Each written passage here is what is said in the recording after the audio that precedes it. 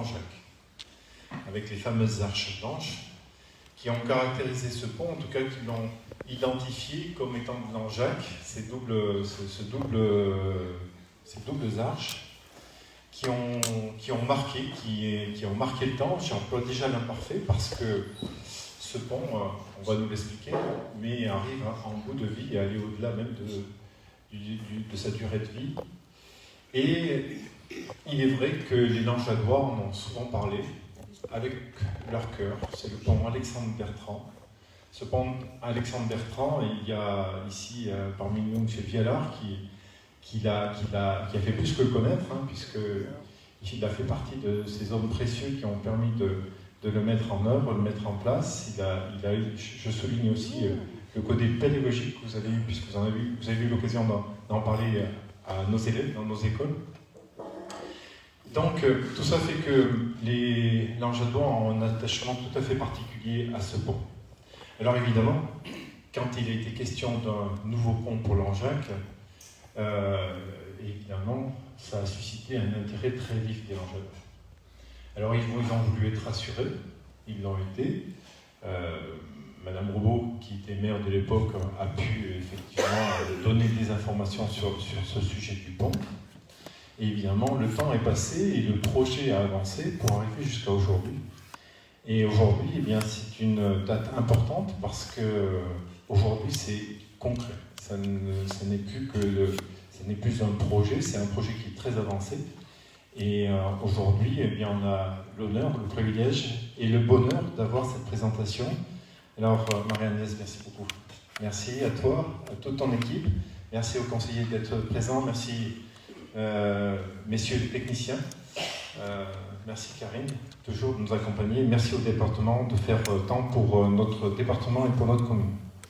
Merci. Merci, monsieur le maire, de ce petit mot d'accueil. Permettez-moi de vous saluer chaleureusement les uns et les autres et de vous remercier de votre présence nombreuse pour cette réunion de partage d'informations. Avant de rentrer dans le vif du sujet qui est ce pont, vous dire simplement 2 ou 3 mots, notamment vous dire qu'avec les élus de ce conseil départemental et avec l'ensemble de nos agents, de nos directeurs, nous avons travaillé ces quelques derniers mois pour écrire ce que nous appelons notre feuille de route. Qu'est-ce que nous voulons faire de cette Haute-Loire en 2030 ? Et nous avons écrit cette feuille de route avec au tout début 3 valeurs essentielles que nous avons trouvées. La première, d'être orienté usager. C'est-à-dire que l'ensemble des programmes d'action devront bien être ciblés pour les usagers.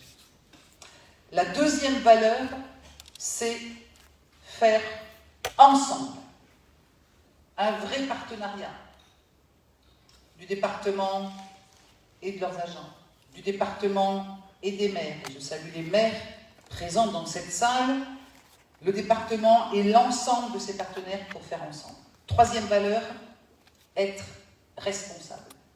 Responsable, bien sûr, des compétences que l'État nous a demandées, mais également d'avoir à un moment donné cette agilité afin que, pour quelques lois, pour quelques normes, pour quelques obligations qui nous soient demandées, nous ayons cette agilité pour anticiper et être encore et toujours efficaces auprès de nos usagers. Les 3 valeurs. Nous avons écrit également quelques défis. Nous en avons écrit 7. Je ne vais pas tous vous le dire, mais je vais surtout vous en dire un qui est rendre la Haute-Loire plus accessible. Avec bien sûr l'objectif de renforcer et de sécuriser toutes les accessibilités. Et je pense et nous pensons effectivement que pour être attractif, un territoire doit être accessible et il doit être aussi bien desservi. Bien desservi avec l'ensemble des routes départementales. Nous avons quelques 3500 km de routes départementales à entretenir. Il doit être aussi accessible avec ces nombreux ouvrages d'art, et nous en avons quelques 2500, les petits ponts, les moyens ponts, les grands ponts, les falaises, les murs de soutènement, et nous en contrôlons quelques 450 ou 460 par an. On les surveille, on les aménage, on les rénove, et bien sûr, parmi ces ouvrages d'art, le fameux pont Alexandre Bertrand de Langeac, qui bien sûr en fait partie. Ce pont, d'ailleurs, il a été inauguré, on a recherché un peu tout ça, le 15 septembre 1929. Ce pont blanc, comme vous l'appelez ici, ce pont blanc qui devait durer au moins 50 ans, selon les souhaits du député de l'époque, qui porte d'ailleurs ce nom d'Alexandre Bertrand, greffier, conseiller municipal et aussi conseiller général de ce canton de Langeac à l'époque, ce qui me permet à cet instant de saluer l'ancien conseiller général de ce canton, n'est-ce pas mon cher Kélissac? Donc ce pont, qui après a subi quelques restaurations, notamment en 1981, d'autres réparations en 1997, en 2002, tout ça parce qu'il y a eu quelques accidents de circulation, certains d'entre vous s'en souviennent certainement. Et je crois qu'on peut dire que pour la première fois dans l'histoire des ponts langeadois, ce ne sont pas les crues qui ont eu raison du pont, mais le temps. Le temps qui, partout, a fait son œuvre d'usure. Et oui, quand nous avons entamé de faire des études, des expertises, des carottages, le diagnostic est le suivant. Un état de fatigue généralisé. Et donc, partons du constat aujourd'hui qu'avec un trafic qui s'est de plus en plus développé, on doit être à 3500 véhicules jour, hein, c'est ça, avec des engins agricoles de plus en plus larges, avec des camions de plus en plus gros, avec des grumiers de plus en plus lourds, il était temps de regarder de quelle manière nous pourrions et nous pouvons intervenir pour faire quelque chose pour ce pont. Et c'est ainsi que le département, sous la précédente mandature, en 2020, a décidé de remplacer ce pont. Il l'a décidé pour d'abord respecter et remplir plusieurs objectifs. Le premier de ces objectifs, bien sûr, c'est de renforcer le réseau routier en termes de maillage, de qualité d'usage et aussi de confort et surtout de sécurité. Un autre objectif très clair, c'est d'aménager la route départementale en cohérence, bien sûr, avec sa fonction de liaison, tant avec le Puy-en-Velay qu'avec Saume, qu'avec Pinol et qu'avec, de l'autre côté, la butte de Chiac. Et du coup, c'est un pont qui ne dessert pas que la commune de Langeac, monsieur le maire, mais qui dessert les territoires. C'était aussi notre objectif, pour nous important, de maintenir la continuité urbaine dans la commune de Langeac avec, en cohérence, surtout en cohérence avec le projet que tu portes, Gérard, ici, pour cette ville de Langeac. Et puis, bien sûr, d'assurer un franchissement sur l'Allier en toute sécurité, en complément du pont de Costé qui est situé là où vous le savez.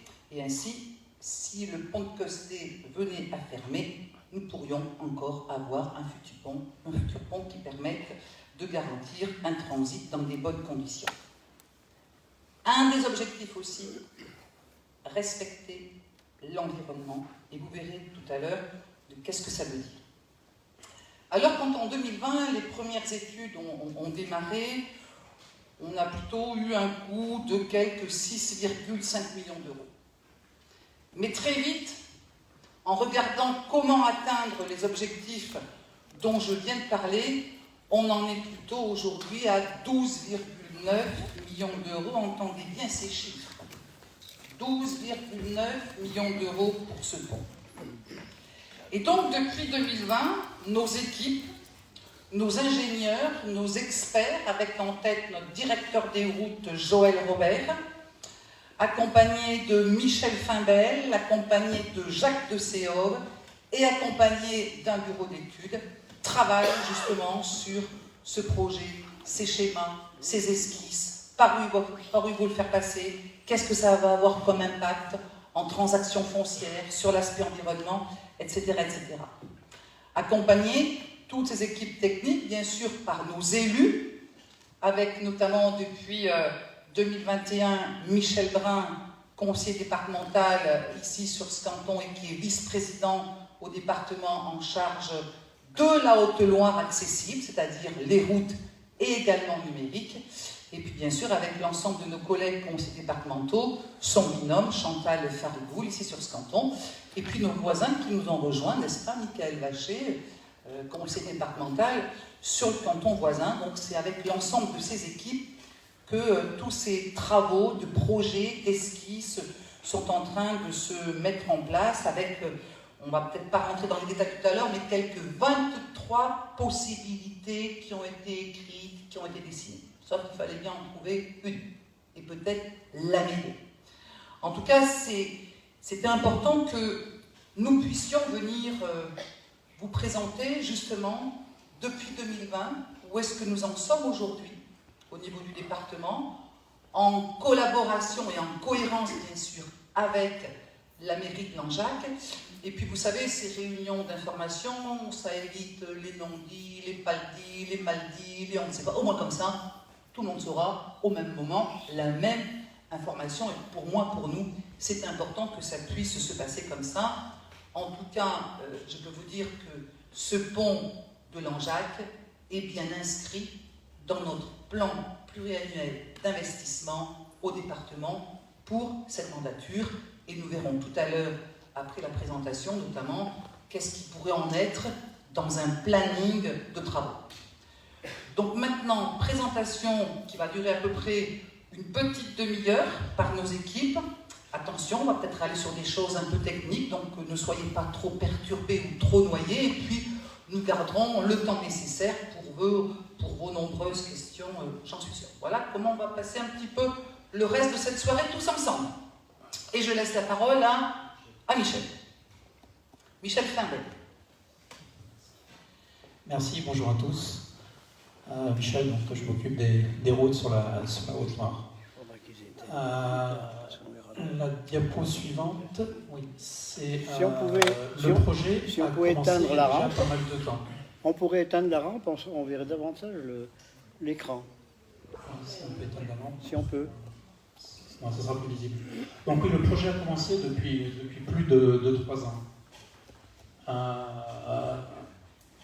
En fait, quand on commence un projet sur une opération importante, la première chose à faire, c'est savoir où va passer le projet.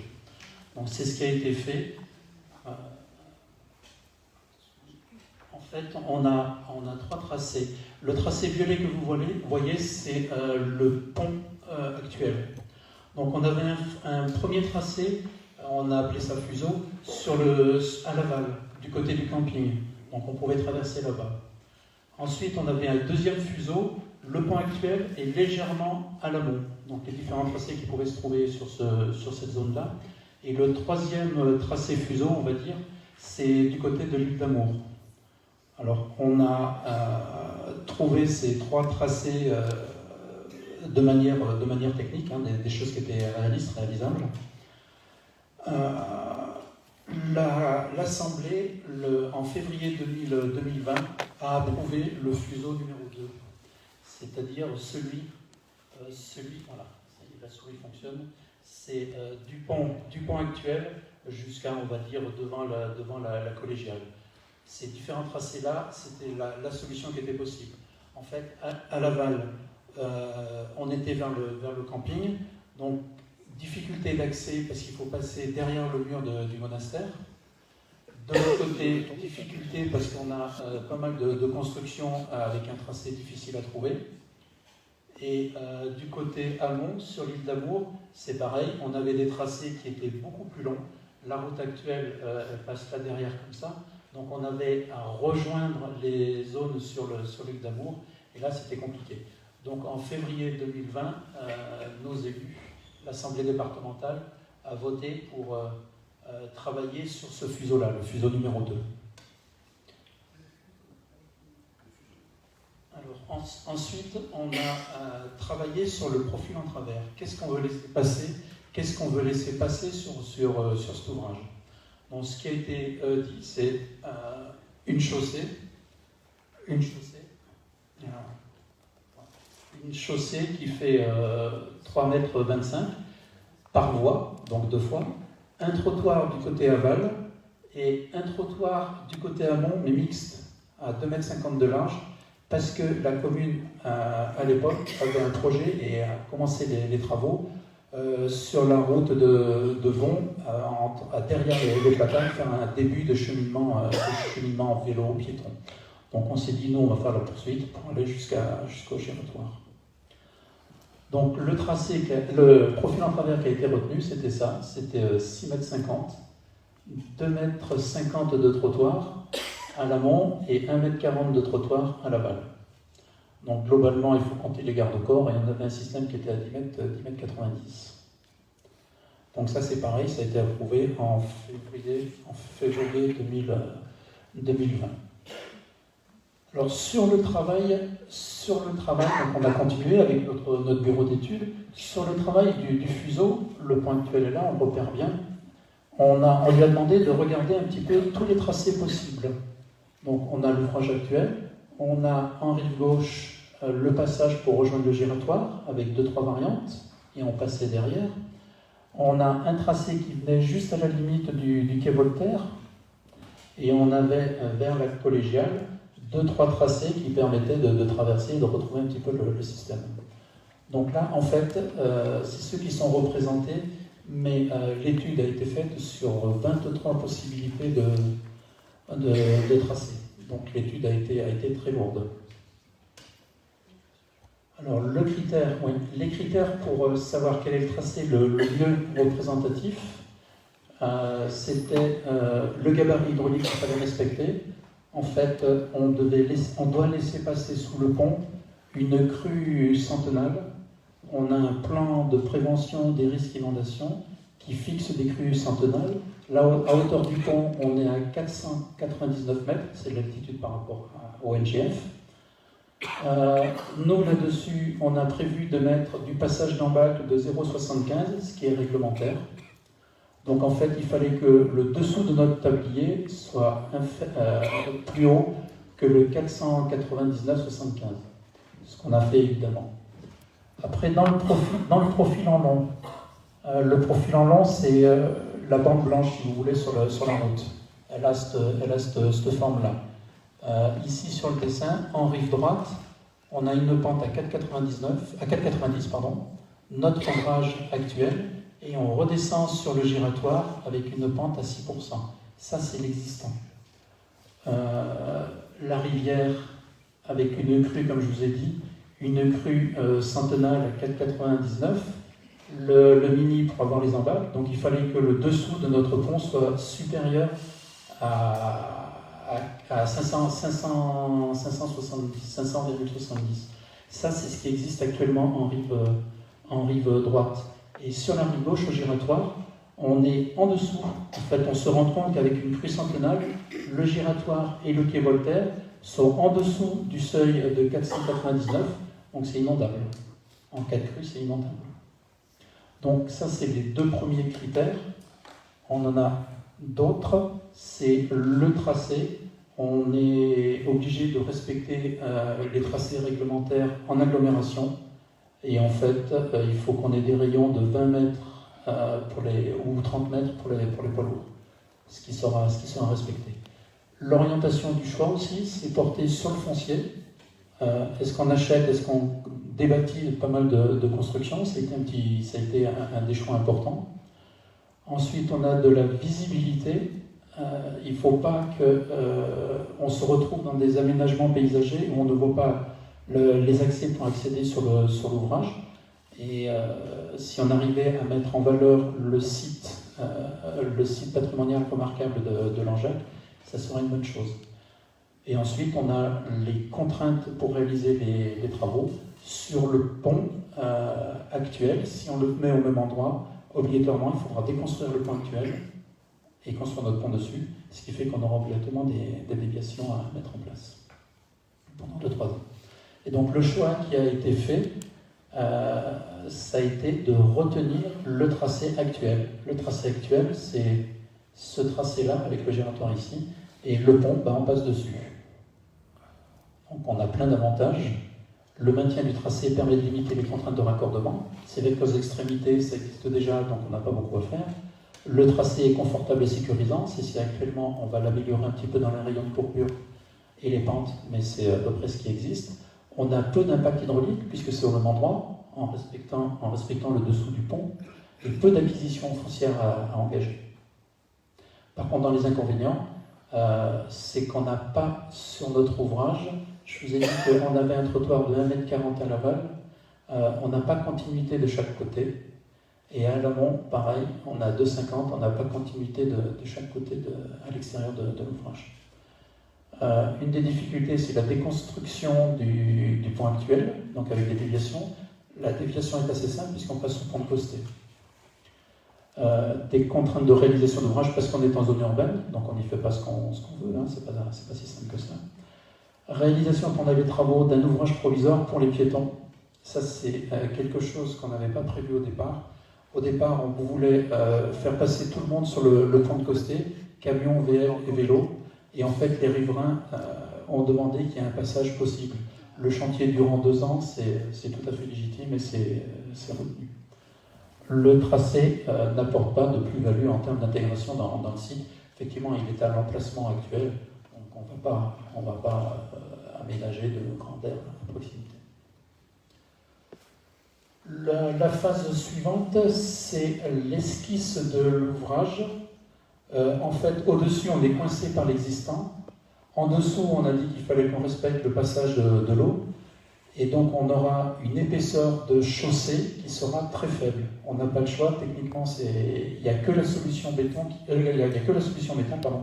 Il n'y a que la solution métal qui existe. En béton, on serait beaucoup plus épais.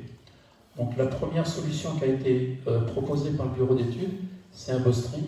En fait, c'est 2 arcs avec un tablier qui se trouve au pied de l'arc, c'est à cet endroit-là, et ça donnerait, avec des photomontages, ça donnerait ces formes-là. Ce qui avait été proposé, c'est des solutions tubulaires, structure tubulaire, ça a son charme, c'est joli. La deuxième solution, c'est un pont en arc. Là, on a l'arc, qui est plus tubulaire, mais en forme de parallélépipède, là, la section.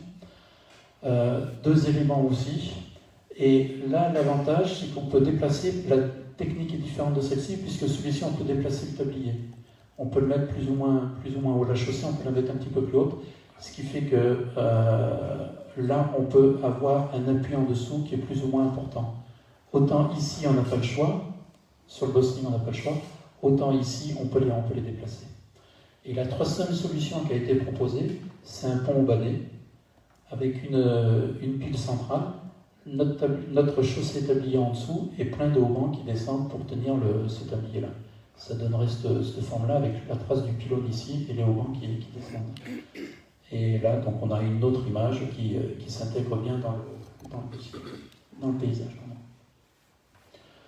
Et la solution qui a été retenue, c'est le pont au balai. Donc, avec, ça sera un bel ouvrage, avec un pylône central qui va des fondations jusqu'en haut, il fait 42 mètres de haut, inférieur à la hauteur de la collégiale. Un tablier qui est très fin, et on a 11 haubans de chaque côté qui récupèrent tout notre tablier. Donc 11 amont et aval, donc ça nous fait 44 haubans. Et ça donne cette forme-là. C'est une belle intégration. Alors, voilà, le choix, oui. Le choix, donc sur les 3, a été arrêté par nos élus, mais sur l'avis de la commune et sur l'avis de l'architecte des bâtiments de France. On n'a pas été les seuls à choisir le type d'ouvrage. C'est le pylône, il aura cette forme-là. C'est en forme de A, avec une section faible en base et une section plus importante en partie haute. Et les haubans viennent ici, en partie centrale, et repartent de la partie haute, mais partie centrale.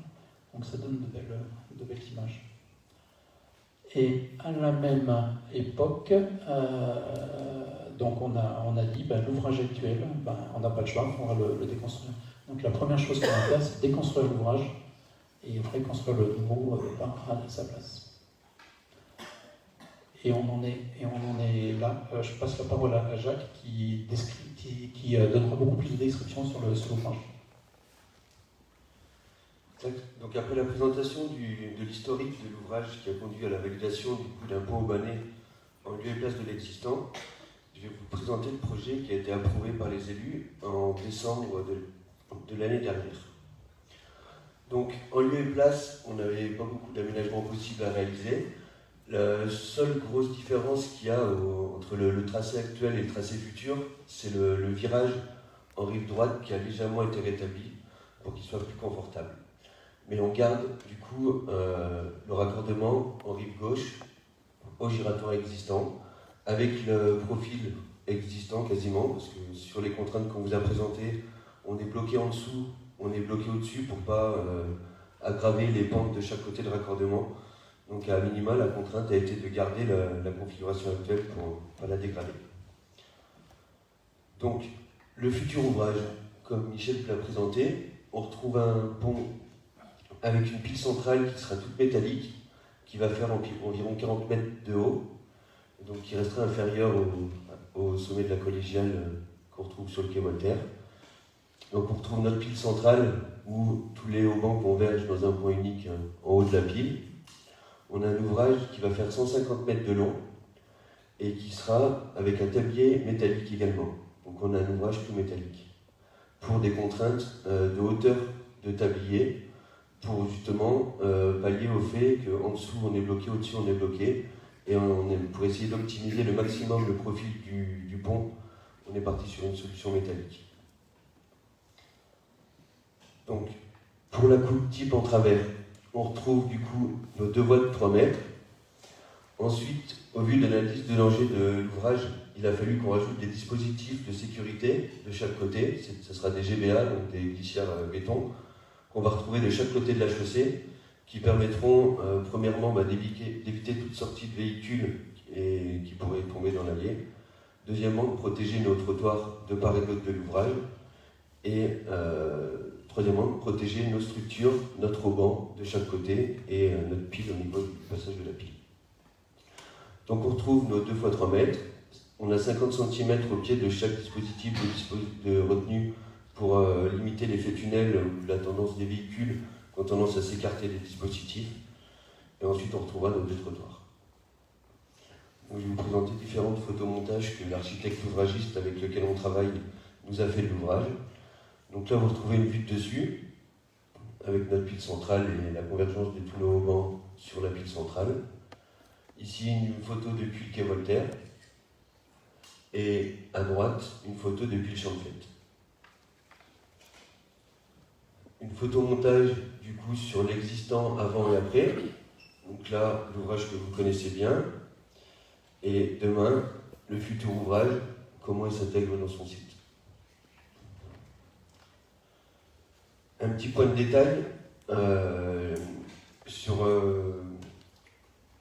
l'ouvrage actuel. Je reviens un peu en arrière sur les plans longs. L'ouvrage actuel fait 150 mètres de long et donc il est plus long que l'ouvrage actuel. Reculer l'appui en rive gauche afin de rétablir un gabarit de minimum 4 mètres sur le chemin de halage qui a le long de l'allée. Et donc un petit détail au niveau de l'appui de la pile, d'appui en rive gauche où l'aspect architectural, où il y aura des bancs pour insérer au mieux l'ouvrage dans son contexte urbain. Sur les études environnementales, donc ce projet d'envergure a été soumis à l'évaluation environnementale. Donc tout un dossier d'études d'impact a été monté pour étudier tous les aspects qui soient hydrauliques, trafic, l'étude de bruit, la qualité de l'air et les impacts sur la faune et la flore. Donc c'est un dossier où on est soumis à autorisation environnementale et qui n'a pas révélé d'impact dommageable, notamment sur la faune et la flore, sur le trafic, vu qu'on reste en lieu et place de l'existant. Le futur ouvrage sera en capacité d'accueillir des convois exceptionnels de 72 tonnes et dans l'avenir, si la mairie souhaite limiter et restreindre l'ouvrage, notamment pour les poids lourds, il appartient à la police du maire de faire ce type d'arrêté. Concernant les déplacements mode doux envisagés, donc du coup, comme vous l'a présenté Michel tout à l'heure, on a un trottoir dissymétrique, avec notamment un trottoir d'1,40 m à l'aval, parce que la contrainte de se raccorder, notamment sur la rive gauche, au mur d'enceinte du monastère, on n'aura pas d'évolution possible sur cette zone pour pouvoir élargir le trottoir. Donc on est resté sur un trottoir piéton. Et contrairement de l'autre côté, où on retrouve nos 2,50 m, dans une logique de continuité pour s'accorder en rive droite, au chemin qui est existant, qui récupère le chemin de la Vigerie. Et de l'autre côté, une solution où on est en discussion avec la mairie de Langeac pour essayer d'intégrer au mieux le raccordement de notre trottoir en rive gauche. Comme il a été également aussi présenté tout à l'heure, donc pendant toute la durée des travaux, vu qu'on va commencer par la déconstruction du point actuel avant de reconstruire le futur, il a été acté que toute la déviation véhicules légers et poids lourds se ferait par le pont de Costé, donc qui imposera à peu près un détour d'une petite dizaine de minutes. Et par contre, pour pallier au fait des riverains et tous les utilisateurs, que ce soit à pied ou à vélo, une passerelle provisoire a été étudiée dans le cadre du projet, qui sera réalisée ou non, suivant les évolutions des projets de la mairie de Langeac. Donc maintenant, je vais vous détailler brièvement le mode de phasage qui a été envisagé pour la déconstruction et la reconstruction du futur ouvrage. Donc à savoir les discussions avec la police de l'eau, nous ont fortement contraint le mode de travaux envisagés, et notamment d'essayer d'impacter à minimum le cours de la ligne. Donc le phasage envisagé, ça va être de réaliser un ouvrage provisoire qui nous permettra à la fois de pouvoir déconstruire l'ouvrage actuel et dans un deuxième temps de construire le futur ouvrage. Donc les premiers travaux qui vont être réalisés, c'est de venir faire un léger bâtard d'eau dans le cours de l'Allier pour pouvoir venir réaliser des appuis provisoires. Donc on va en faire un côté rive gauche, ensuite on viendra déconstruire notre bâtard d'eau pour en refaire un en rive droite pour pouvoir faire une deuxième ligne d'appui dans le cours de l'Allier. Et ça va être les seules contraintes qui vont y avoir dans le cours, dans la durée de vie du chantier. Donc une fois qu'on a réalisé nos appuis dans le cours de l'Allier, on pourra venir réaliser nos appuis provisoires dans le champ de fête, en rive droite, dans le but de venir ensuite réaliser un tablier sous l'ouvrage actuel. Donc on va venir construire un tablier métallique tout le long du futur ouvrage, pour pouvoir déconstruire l'ouvrage actuel. À savoir, la construction en arc impose, du moment qu'on va venir, on ne peut pas attaquer à déconstruire d'un côté et finir de l'autre. Parce que dès qu'on va venir toucher un arc, l'arc par lui-même va tomber d'un coup, et il faut venir étayer tout l'ouvrage parce qu'on ne sait pas la réaction d'un arc sur l'autre si on déconstruit un côté après l'autre. Donc c'est pour ça qu'on va venir faire vraiment un pont qui va supporter tout l'ouvrage actuel. Donc une fois qu'on aura fait notre ouvrage provisoire sous le pont actuel, on va venir pouvoir déconstruire le futur tablier petit à petit. Ensuite, on viendra venir monter un échafaudage pour étayer tous nos arcs à notre structure provisoire. Et une fois que tout l'arc actuel est appuyé, démonter nos morceaux d'arc et en gros démonter le tablier un peu. Donc une fois que les arcs seront démontés, on viendra finir d'évacuer le tablier. Ensuite, on déconstruira notre structure provisoire pour ensuite finir de déconstruire les appuis de part et d'autre de la chaussée. Donc une fois que tout le point existant sera déconstruit, on pourra procéder à la construction du futur ouvrage. Donc on viendra commencer par réaliser les appuis en rive gauche, ensuite la pile centrale, et ensuite l'appui en rive droite. Une fois qu'on aura réalisé nos appuis, on viendra construire la pique centrale, qui, dans notre logique, devrait arriver par convoi exceptionnel, avec en plusieurs pièces, pour être assemblée au sol et ensuite levée depuis la rive droite pour être mise en place. Donc une fois qu'on aura notre pile de mise en place, on fabriquera notre ouvrage en deux parties. Une première partie, donc on viendra venir par différents tronçons qui arriveront par convoi exceptionnel, assembler sur place. Une fois qu'on aura assemblé une première partie de l'ouvrage, on la lancera au-dessus de l'allier pour impacter le moins possible le cours de l'allier. Une fois que la première partie réalisée sera complètement en place au-dessus de l'allier, on pourra venir construire la deuxième partie de l'ouvrage. Donc pareil, c'est des éléments qui vont arriver par convoi exceptionnel, qui seront assemblés sur place, soudés sur place, et ensuite la reprise de peinture sont faites jusqu'à réaliser le tablier complètement. Une fois que le tablier sera réalisé, on viendra mettre en place tous nos haubans. Une fois que les haubans sont mis en place, on viendra réaliser toutes les superstructures de l'ouvrage, donc à savoir la chaussée, les trottoirs, les dispositifs de retenue.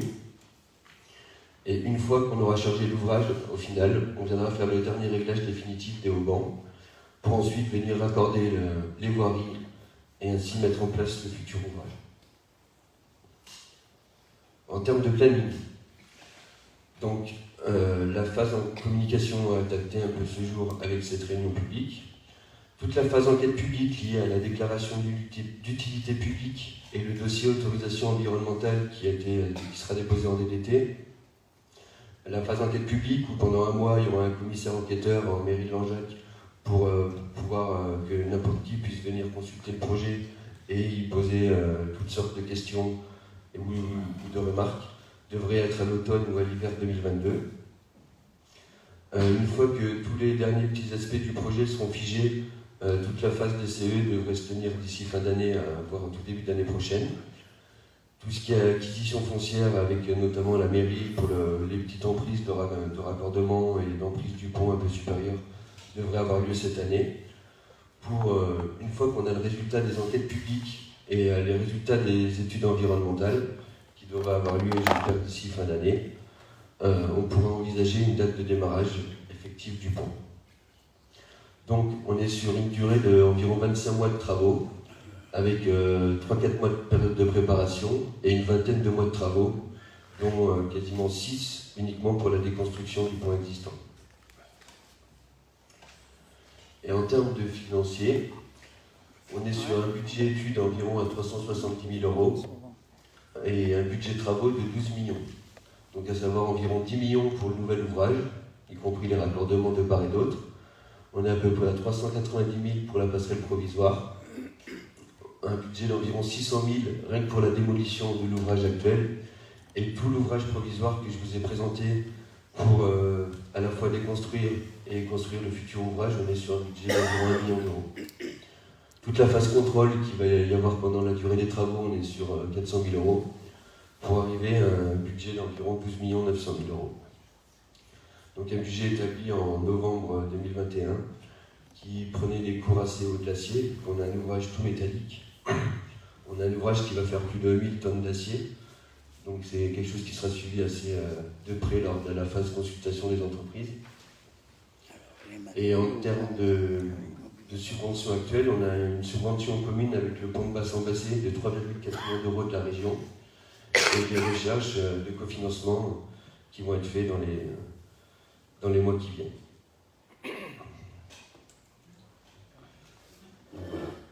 Je vous remercie de votre attention et on est à votre dispo pour vos questions. Merci Jacques, merci Michel. Vous l'avez entendu, ça peut paraître un petit peu technique, mais vous avez compris que nous sommes face à une œuvre d'art à construire. Et d'abord, à déconstruire. Avec, comme vous l'avez entendu, les impacts environnementaux que nous devons respecter. Concrètement, pas une pierre dans l'allier.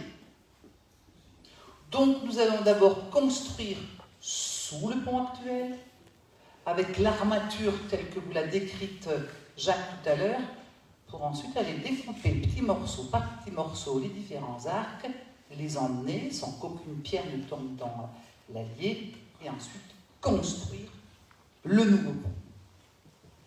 Vous avez aussi entendu que construire ce nouveau pont, ça voulait dire bien sûr une déviation pour les poids lourds et les voitures. Mais quid des vélos et des piétons? Et nous avons bien entendu, effectivement, les riverains de cette commune de Langeac, monsieur le maire, nous dire on ne peut pas prendre notre vélo et aller faire le tour au pont de Costé. Il faudrait peut-être regarder de quelle manière mettre en place une passerelle provisoire, temporaire, pendant les 2 ans de travaux que ça va durer. Et en même temps, monsieur le maire de Langeac nous fait part, lui, de la création d'une passerelle. C'est bien ça, hein? Alors, mesdames, messieurs, c'est juste un peu de bon sens paysan dans cette affaire-là. On ne va pas aller construire chacun sa passerelle. Le département ne va pas aller construire sa passerelle temporaire pour 2 ans.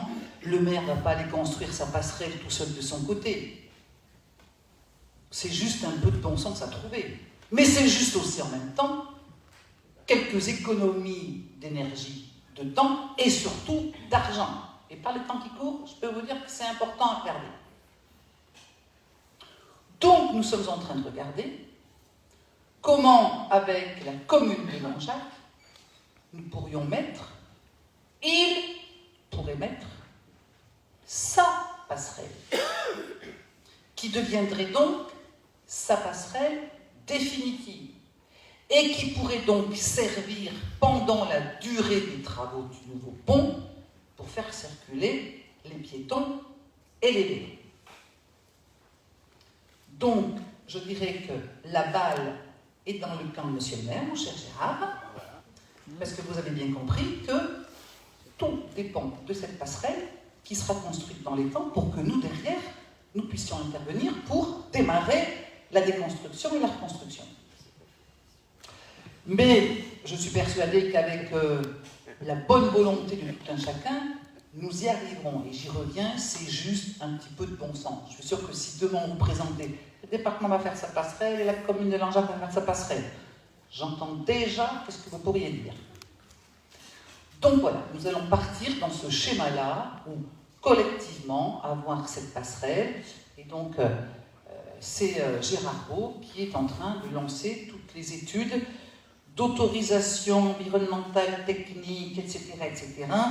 Tout ça, bien sûr, en cohérence, comme je l'ai dit tout à l'heure, dans le cadre de son projet d'aménagement urbain de l'ensemble de la commune de Langeac. Voilà les quelques précisions que je voulais apporter. Et maintenant, on peut laisser un peu place aux questions-réponses. Oui, Michel. 2-3 petites précisions pour donner un peu dans le contexte général. Donc, ça fait plus de 3 ans que les services travaillent déjà dessus. Il faut savoir que c'est une opération, comme tu l'as dit, très importante, très impactante et qui nécessite beaucoup d'interventions. On entend beaucoup de choses, mais c'est pas une mince affaire, c'est un gros dossier. Donc c'est 3 ans, on arrive à la fin des 3 ans d'études, on va dire, et maintenant on va attaquer ce que Michel appelle un an de communication. Dans la communication, il y a bien sûr la réunion d'aujourd'hui, mais il y a également tout ce qui est déclaration d'utilité publique, enquête publique, etc. etc. On a envisagé, enfin on essaie de devancer un peu tout cela en réhabilitant le pont de Costé, en faisant les travaux du pont de Costé qui sont faits il y a les dernières semaines. C'est pour ça qu'on a investi plus de 400 000 € pour que justement pendant le temps des travaux, on ne soit plus embêté. Parce qu'il n'y aura plus que cette solution. Autrement, vous connaissez tous ce territoire. Quelle solution on aura si ce pont, le Costé, est également fermé? Donc normalement, on devrait être, je pense, tranquille à ce niveau-là. D'accord? On a parlé des 1000 tonnes d'acier, ce qui est toujours impressionnant. Hein. C'est à peu près le volume d'acier de l'autre pont, le pont de Basse. Et puisque j'ai noté qu'il fallait préciser, selon moi, oui, c'est que ce pont-là, quand il sera fait, il va tous nous survivre. On sera plus présent quand il sera normalement à la fin de sa vie, puisqu'il est fait pour 100 ans. C'est pour ça que c'est une entreprise sérieuse. Et je pense qu'il faut que tous ensemble, on compte sur vous, président de la République aussi, pour vous poser vos bonnes questions. Ce soir aussi, on va essayer de répondre, parce qu'il faut que ça soit une réussite pour tout un territoire. Nos enfants vont nous juger sur ce qui va être réalisé là. Je pense que ça prend plutôt une bonne voie. Moi, je le trouve magnifique. Ce pont-Vallée, ça me rappelle toujours le viaduc de Millau. Alors, si on a autant de réussite de touristes que le viaduc de Millau, mais à l'échelle de Langeac, c'est pas mal. Ça permet d'améliorer complètement, de changer la vision lorsque vous approchez de Langeac. Enfin, c'est un sentiment que je partage avec mes équipes. Voilà, je pense que c'est un très bon projet. Je remercie la présidente d'avoir poussé ce dossier-là. On a voté en PPI il y a 3 semaines maintenant, ça passe tellement vite. C'est un dossier très lourd financièrement, vous le voyez, mais il n'y a pas que celui-là, il y a également le pont de Basse. Il n'y a pas de distinction à faire entre les deux, comme le dit Marie-Agnès. Les deux ponts seront poussés ensemble. Il n'y a pas de guéguerre, Langeac, basta, stop, basta. D'accord? Le pont de Langeac va être fait. Par rapport aux délais qui sont, il sera, je pense, il y a de fortes chances qu'il soit terminé avant l'autre. Voilà, c'est ce que j'espère. Ça, c'est le côté un peu langedois, d'accord? Voilà ce que je voulais vous préciser, ça me semblait assez important. Maintenant, je pense qu'on va passer aux questions-réponses, si j'imagine que vous en avez. Tu veux dire un mot? Oui, d'abord pour souligner que ça a été une longue démarche où il y a eu beaucoup d'échanges. Beaucoup d'échanges, je n'étais pas encore maire que, effectivement, des questions se sont posées.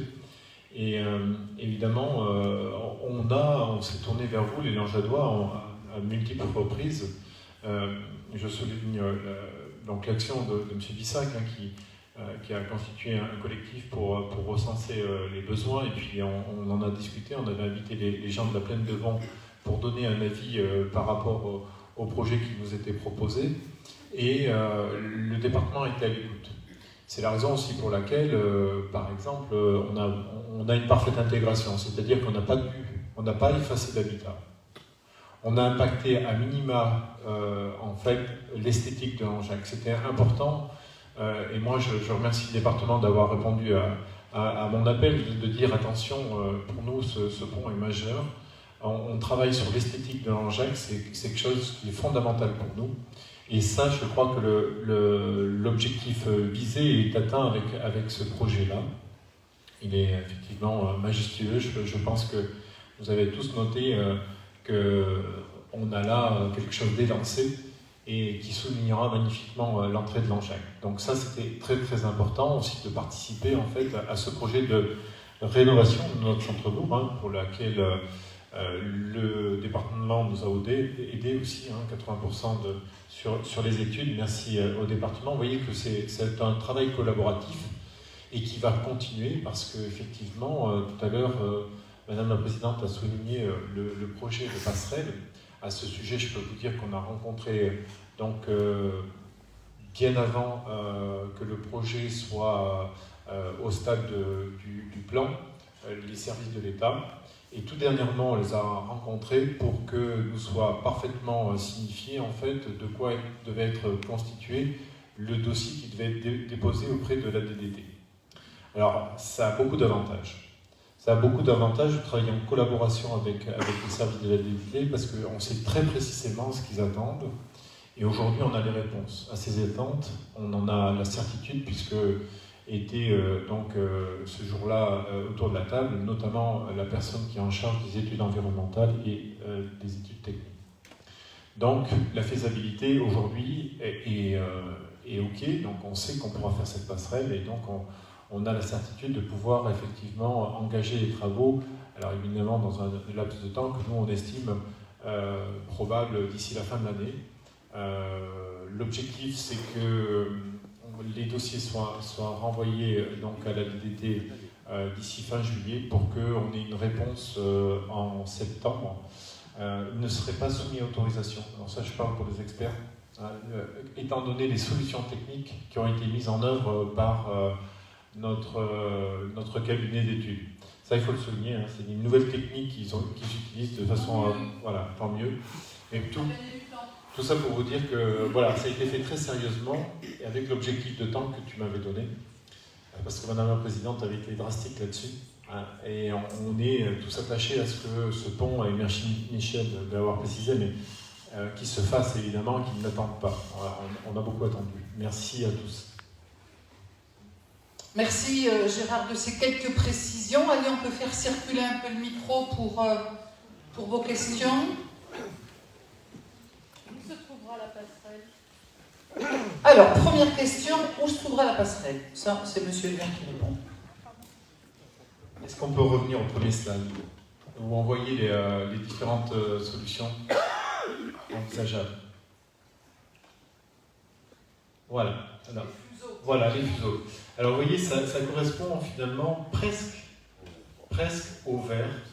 Vous voyez la solution vert, le tracé 5 tout à fait en bas, avec, dans le fuseau 3.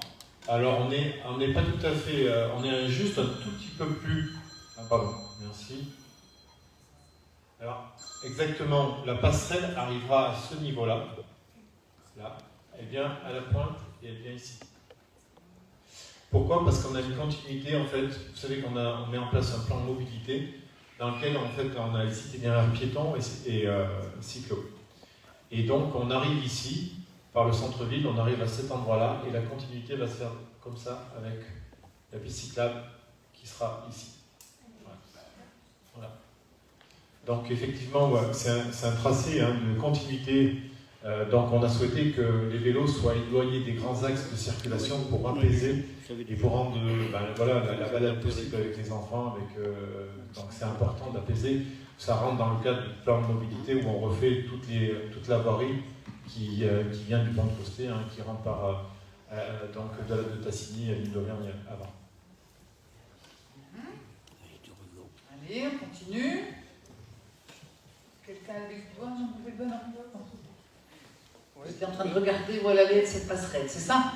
Oui, justement, la passerelle, elle est complètement désaxée par rapport au quai. Est-ce que la passerelle est désaxée par rapport au quai? Complètement désaxée, là. Alors, il était envisagé au départ que ça soit celle en blanc, le positionnement. Parfaitement axé par rapport au quai. Cette solution-là n'a pas reçu d'avis favorable de l'ABF. Parce qu'elle impactait fortement, en fait, la photographie qu'on avait quand on est sur le pont. En fait, elle venait contrarier l'image, en tout cas qu'on a du quai avec la collégiale, ça a impacté l'image. Donc, sur le plan architectural, ça mettait, vous voyez, ça n'enjolivait pas, ça portait atteinte à l'esthétique de la photo qu'on a aujourd'hui avec ce quai et la collégiale qu'il y a derrière avec le rappel de la pierre de Saint-Roch. Et donc ensuite il a été proposé de la déplacer en amont, juste avant la fourche. Mais là on avait une largeur d'allié qui faisait qu'on devait rajouter presque 10 mètres de plus à cette passerelle. Et 10 mètres de plus, vous savez messieurs les techniciens, c'est plus du tout la même chose. C'est beaucoup plus cher, mais c'est surtout beaucoup plus important au niveau économique. C'est-à-dire qu'on aurait dû faire de part et d'autre des culées, ce qu'on a des appuis très importants et qui allaient à l'encontre du PPRI. C'est-à-dire qu'on ne doit pas gêner en fait la possibilité à l'eau de passer, donc on ne doit pas faire d'obstacles en fait à l'eau et on ne doit pas permettre de constituer des embâcles. Et là, on se serait retrouvé avec quelque chose de très massif. Et évidemment, ça a qui aurait fait obstacle. Et là, pour le coup, on n'aurait pas eu l'autorisation. En tout cas, l'impact environnemental aurait été trop fort. Alors que là, en fait, on va faire 2 passerelles, pas une, mais 2, puisqu'on traverse le bief et ensuite l'allier. Et vous voyez que l'endroit est moins large, et donc on impacte beaucoup moins l'environnement. Mais enfin, là, je pense une chose, c'est que là, c'est dépenser de l'argent pour rien du tout, parce qu'il n'y a pas un piéton qui passera à cet endroit-là. Parce que je vais te dire un truc, exposé Gérard, mais là, si tu prends les petites mamies qui vont venir chercher le pain le plein de vent pendant les travaux, quelle mamie va venir à cette passerelle pour aller chercher son pain? Aucune. Là, franchement, c'est de l'argent dépensé pour rien. Là, c'est vraiment une honte de faire des trucs comme ça. Parce que les gens qui ont décidé d'arrêter les travaux en haut, c'est pas eux qui vont servir la passerelle, mais c'est les gens de la plaine de Vent, c'est les gens de l'autre côté, c'est les gens qui vont au jardin de l'autre côté. Il y en a combien? Il y a peut-être 150 personnes, il y a peut-être même peut-être plus qui vont emprunter cette passerelle. Qui va emprunter cette passerelle à cet endroit-là? Personne. Alors, bon, là, on pense que si on a bien qu'elle sera empruntée, évidemment. Après, il faut quand même imaginer que c'est une passerelle qui est définitive et qu'il y a un projet de parking qui est juste à côté, qui n'est pas noté là. On l'a présenté en réunion publique à Langeac, on aura l'occasion de le représenter. Mais là, pour le coup, alors oui, il y a ces mètres-là, mais ces mètres-là, les mamies, elles les auraient fait à Langeac, parce que quand elles arrivent au bout du pont, de l'autre côté, elles ont aussi les 300 mètres à faire du quai pour faire la distance qui les amènera, je ne sais pas, à la mairie par exemple. Donc ça dépend si elles vont chercher le pain à côté de la mairie ou si elles vont de l'autre côté du pont. Donc évidemment.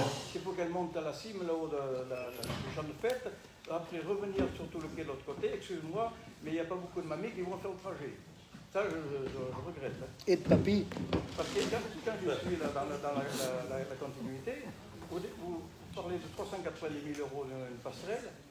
Est-ce qu'il ne serait pas été plus utile de mettre un pont de l'armée provisoire en attendant? Qu'est-ce que ça coûte qu'un pont de l'armée soit sur l'Allier en attente?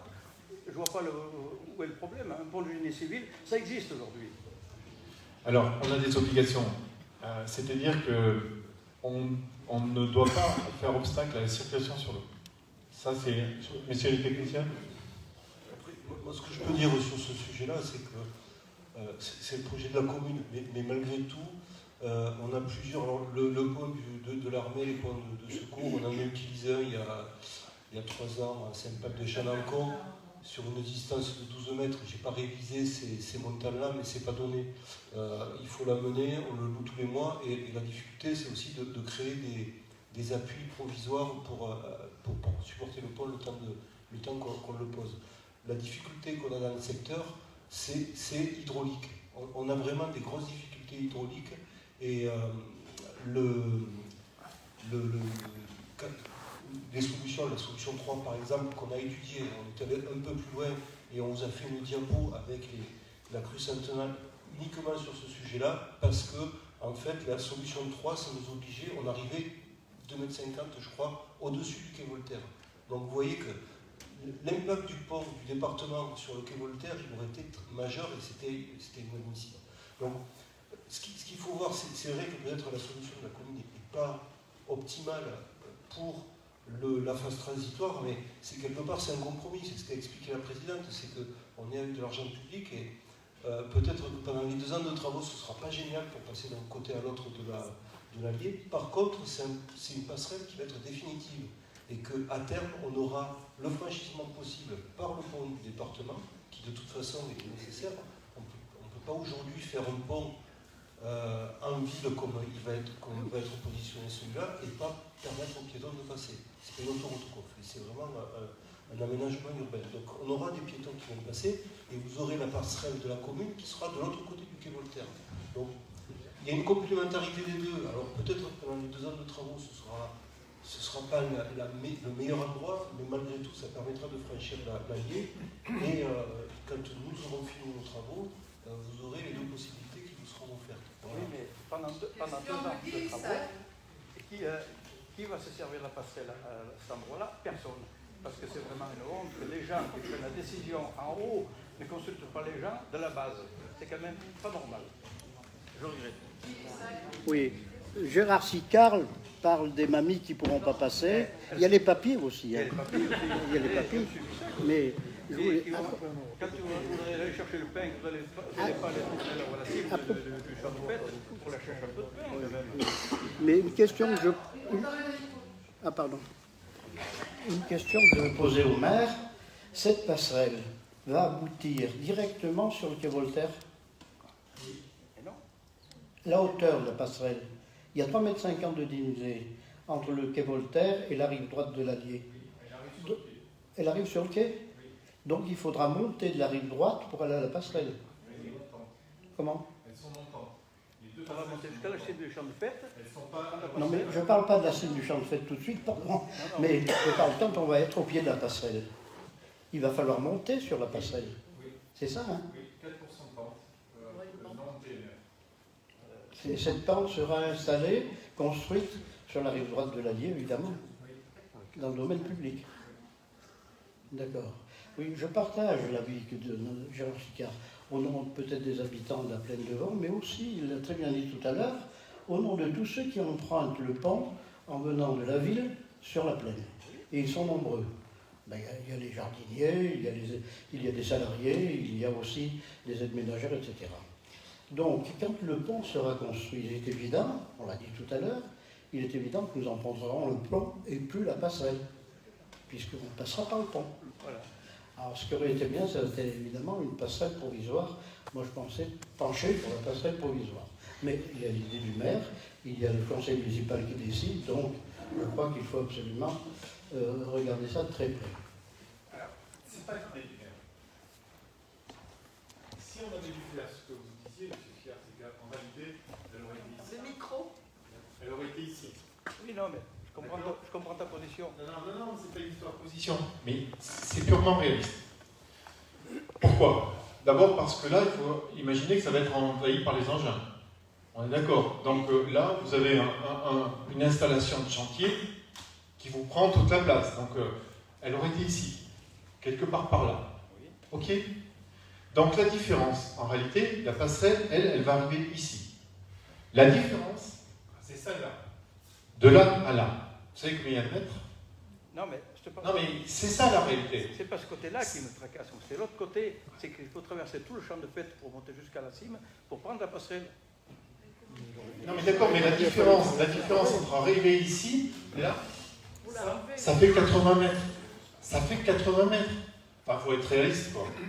Alors, je veux bien que ça soit une difficulté de marcher 80 mètres, mais 80 mètres, si on rajoute, les mamies dont tu parles, elles sont certainement par ici. Les papiers. Hein, donc, sur la longueur du tracé, les 80 mètres, c'est pas 20%, c'est 20%, 15%. Ah ouais, Non, mais d'accord, mais après, à un moment donné, il faut bien trouver une solution.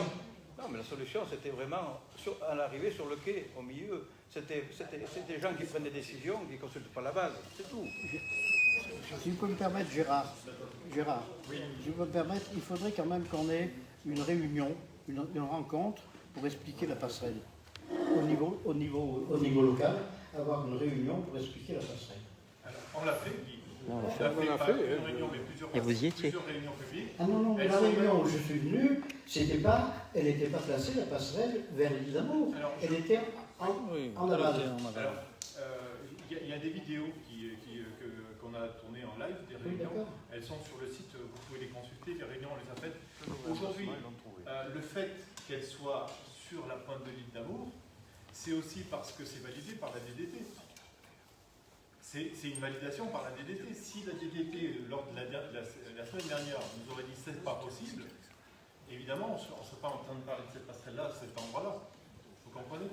En réalité, il y a, on l'a dit tout à l'heure, il y a un côté technique qui l'emporte sur cette affaire-là. Parce que l'ouvrage, pour résister hydrauliquement aux crues, si le département avait fait le tracé 3, là, vous l'avez dit tout à l'heure, là, je peux vous dire une chose, c'est que l'ouvrage aurait été monumental parce qu'effectivement, on devait être en dehors des crues au moins des SNAD. Je vous rappelle quand même que durant ces 5 dernières années, là, on a eu 2 crues des SNAD. Et donc, là, tout s'en va, tout part. Il faut comprendre que ces ouvrages-là, s'ils ne sont pas suffisamment en hauteur, ils partent avec la crue. On sait très bien que là où il y a le trait blanc, là, c'était noyé. Vous le savez tous, ça. Donc en réalité, si on ne fait pas un ouvrage, nous, l'ouvrage de la passerelle qu'on fait, en fait, c'est un ouvrage flottant.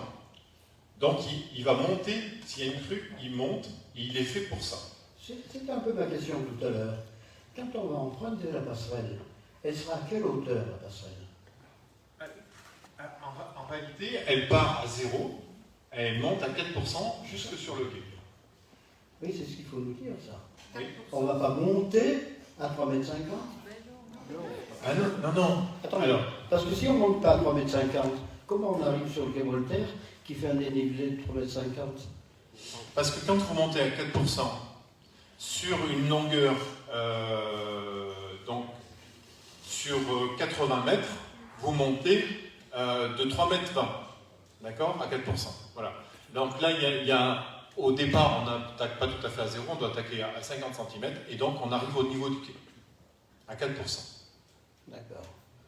Il y aurait une nouvelle passerelle entre l'île d'Amour et le quai.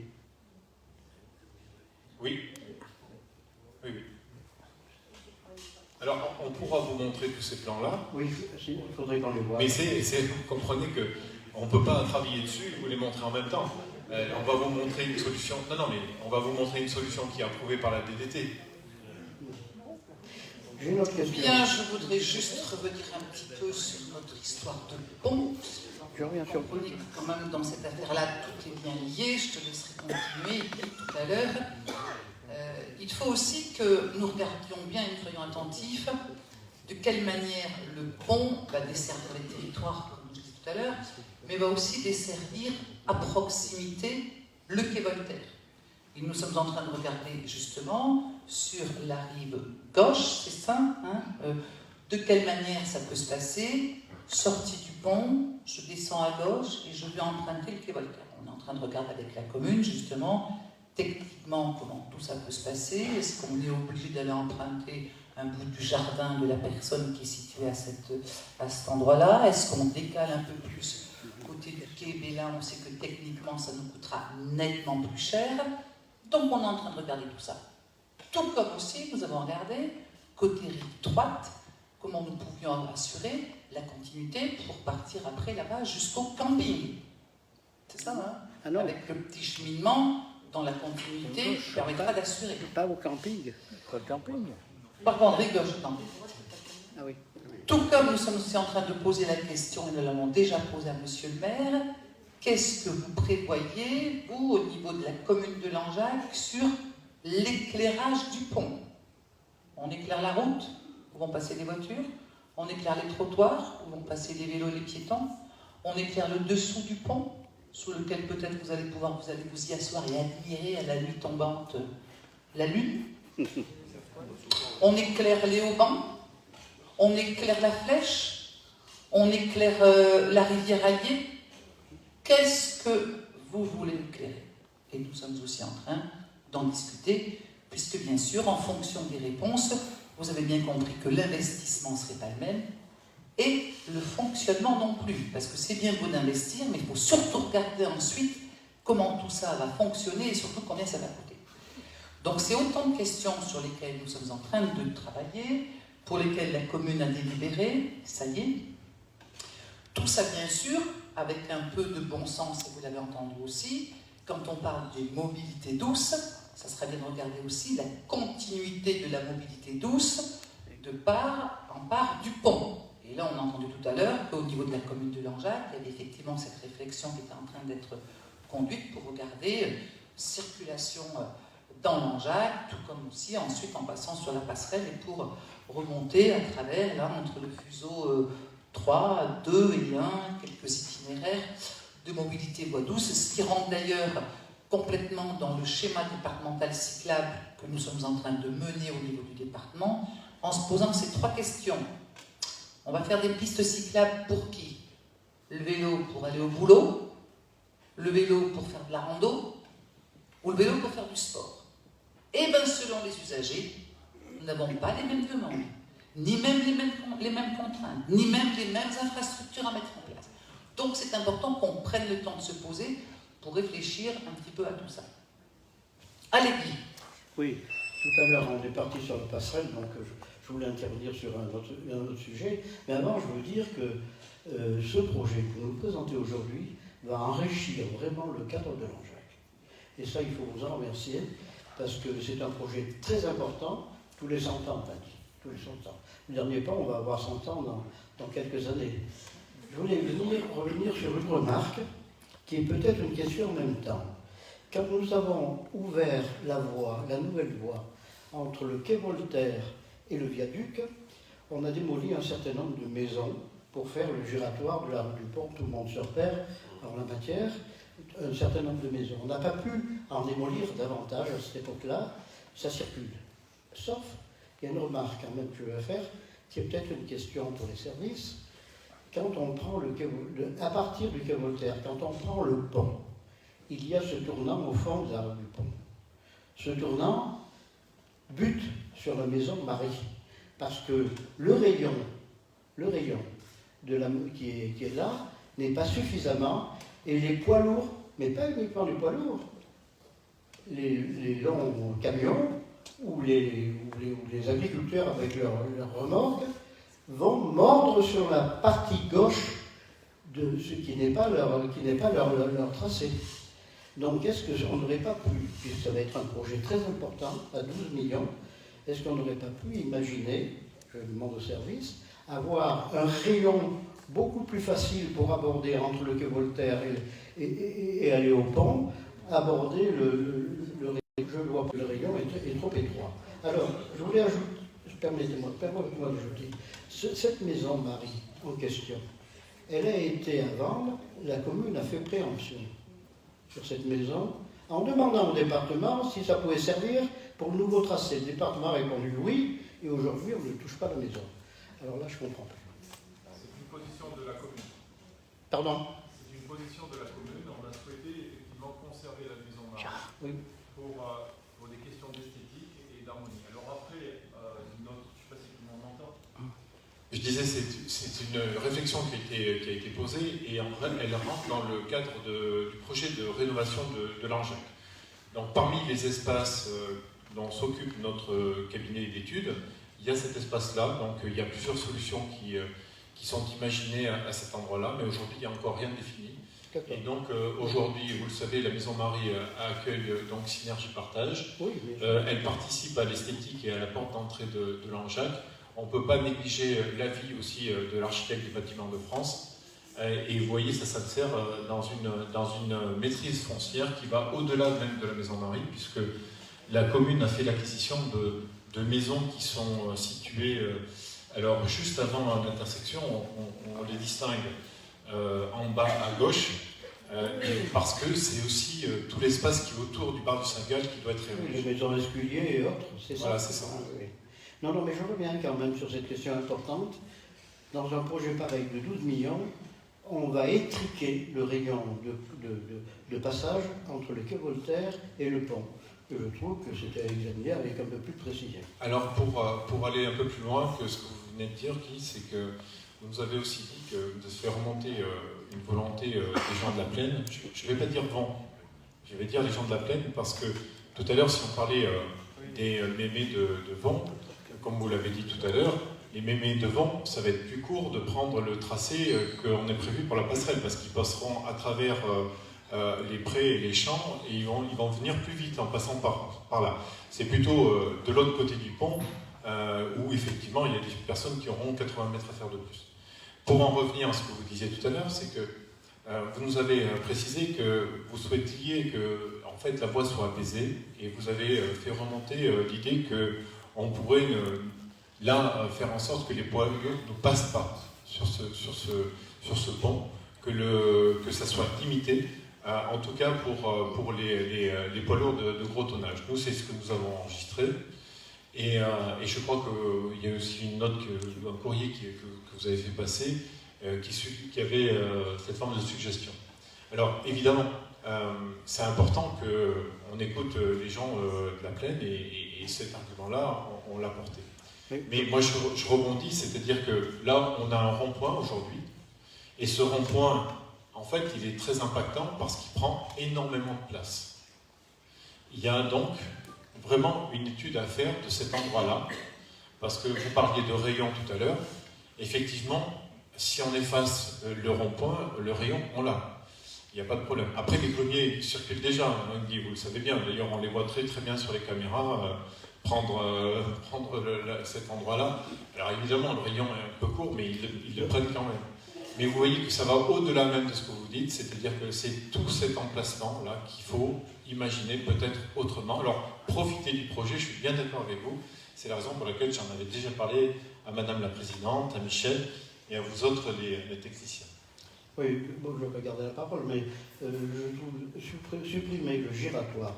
Quand on a fait la nouvelle voie, avec les services de l'équipement départementaux et locaux, on trouvait que ce giratoire fonctionnait bien. Et il fonctionne bien quand même, parce qu'il aborde une circulation qui est dans tous les sens dans ce secteur, et il y a une sécurité qui est faite à ce niveau-là. Donc, je ne lis pas pour apporter une critique supplémentaire, ce n'est pas une critique que je fais, mais il faut bien examiner cela en raison du rayon, parce qu'il n'y a pas que les poids lourds, il n'y a pas que les buttes, il n'y a pas que les camions de bois qui passent, il y a aussi les longs convois avec des agriculteurs qui vont dans la plaine chercher du fourrage ou je ne sais quoi. Il y a aussi les camions longs qui ne sont pas forcément des très gros poids lourds. Donc bien examiner ce côté giratoire et ce rayon je m'adresse au service, Madame la Présidente, je m'adresse au service pour bien examiner ce secteur qui va rester peut-être le point faible de ce très grand projet, c'est dommage. C'est bien noté, mon cher 5, y compris de regarder cette question qui pourrait permettre de trouver cette solution technique quand on descend du pont pour aller sur le quai. Allez, on a une question là-dedans, monsieur. Oui. Madame derrière. Je voulais juste mentionner que le giratoire dont parle M. Fissac, à l'époque, on y a fait passer les convois exceptionnels du pont de Monistrol et sans problème. S'ils ont eu un problème, ça n'a pas été là, ça a été au giratoire des Capucins. Mais là, ils n'ont eu aucun problème, ils y ont passé à 30 à l'heure, les gars. Alors, je pense qu'il n'est pas si mauvais que ça. Monsieur Vialard, ce n'est pas le giratoire que je parle. Je ne condamne pas le giratoire du tout. Du tout. Ce n'est pas du giratoire que je parle. Moi, j'avais une question par rapport au transport scolaire de nos enfants devant, de savoir, puisque le pont va être arrêté, comment ça va se passer. Il y a une boucle spéciale qui va venir chercher les enfants sur la peine de pont pour remonter évidemment par les classes obligatoires. Après, par exemple, il y a un arrêt vers le garage Renault, donc ça veut dire que le bus va faire demi-tour pour repartir. Mais il y aura quand même le ramassage scolaire. Ah ben oui, je sais pas, personne n'en a parlé, donc je pose la question.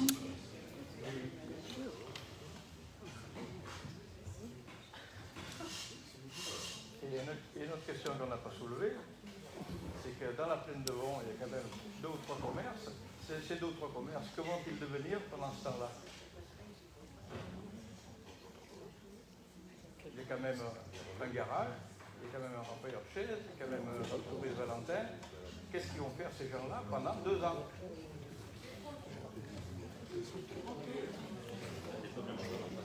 Qu'est-ce qu'ils vont faire pendant 2 ans ces gens-là?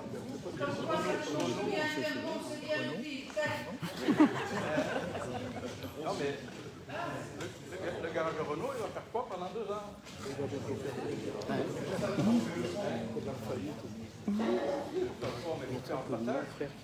Les voitures puissent passer, c'est tout. Déjà, ça prend 1 million pour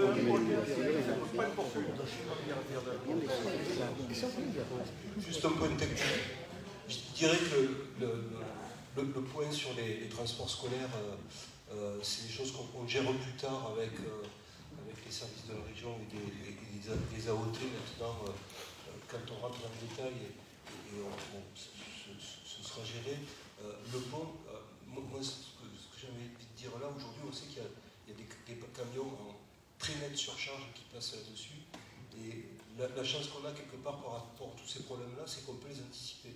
C'est que l'enquête publique, elle est là. La réunion, déjà aujourd'hui, tous ces problèmes qui nous remontent, on va les intégrer, puis on va voir comment on les traite.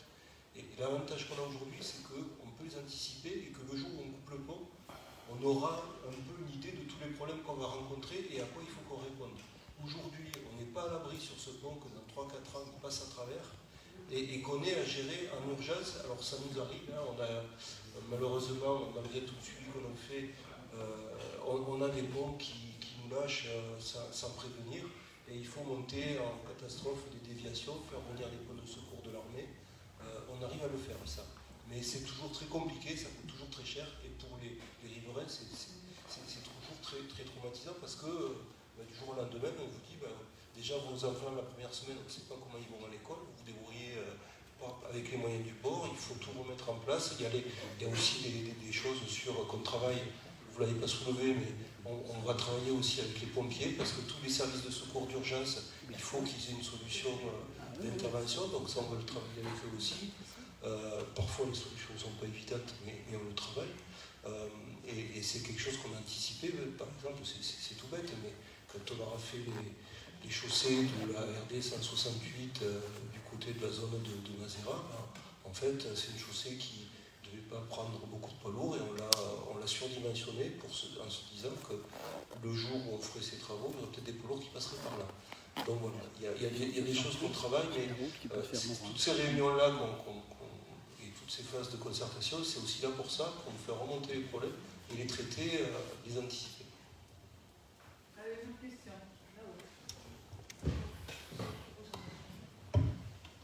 Il y a un passage piéton qui est très dangereux. C'est entre le parc régal et le monastère. Parce qu'il n'y a aucune visibilité. Est-ce qu'il est possible de le déplacer? Et lui est mort.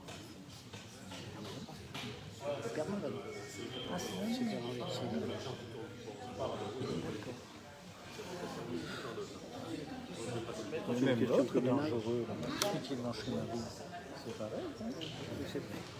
Comme vous dites, quand ils arrivent.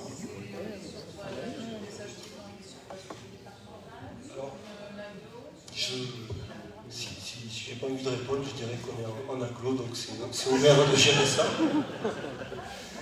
Mais non, plus sérieusement, quand même, c'est un souci, un vrai souci.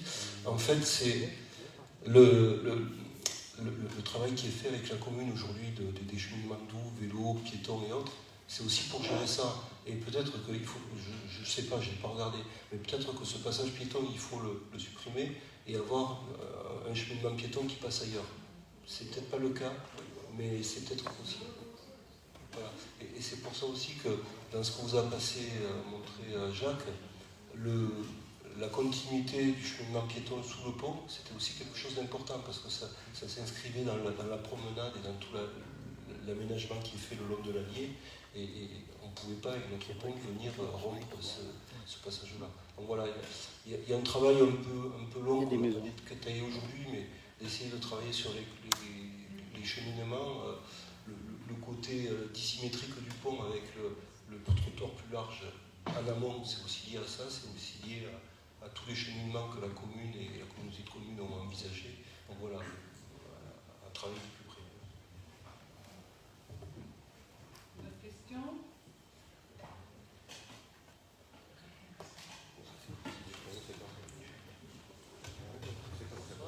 Vous nous avez dit que le giratoire était en zone inondable sur une crue centenaire.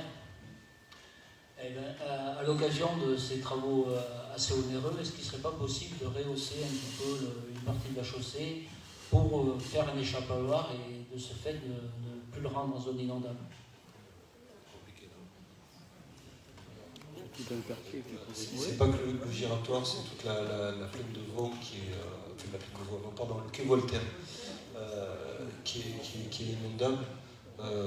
Donc voilà, après, je crois que ça correspond aussi à l'échange qu'il y a eu sur la maison et sur le secteur du giratoire. Aujourd'hui, on a une infrastructure routière qui est compatible avec le trafic qu'il reçoit. Voilà. Si j'étais en race campagne, le département, il a quelque chose qui fonctionne, qui n'est pas génial, mais qui fonctionne. Après, il y a tout le projet urbain.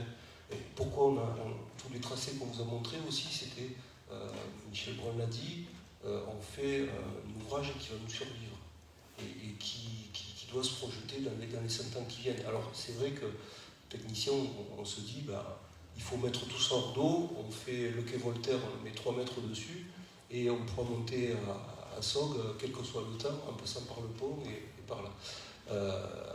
Mais c'est pas aussi simple que ça. Il y a des gens qui vivent, il y a toute une activité urbaine dans ce secteur-là. Et donc voilà, aujourd'hui, le compromis qui a été trouvé, c'est de se dire le pont, lui, est au-dessus des crues. Si le giratoire, si un jour la commune envisage un aménagement différent parce que la façon de vivre a évolué, on pourra le faire. Mais aujourd'hui, c'est pas le cas. Alors, on a aussi, on a un direct live, là, on a des questions qui nous arrivent par les réseaux.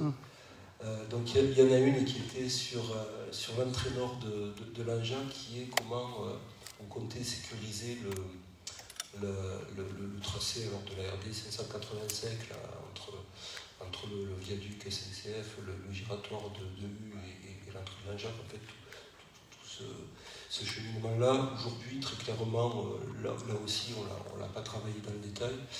Là aussi, c'est quelque chose qu'il faut qu'on travaille avec la commune, parce qu'il y a une partie qui est en race campagne, une autre qui est en agglo. Bon, il y a des choses un peu précises à faire.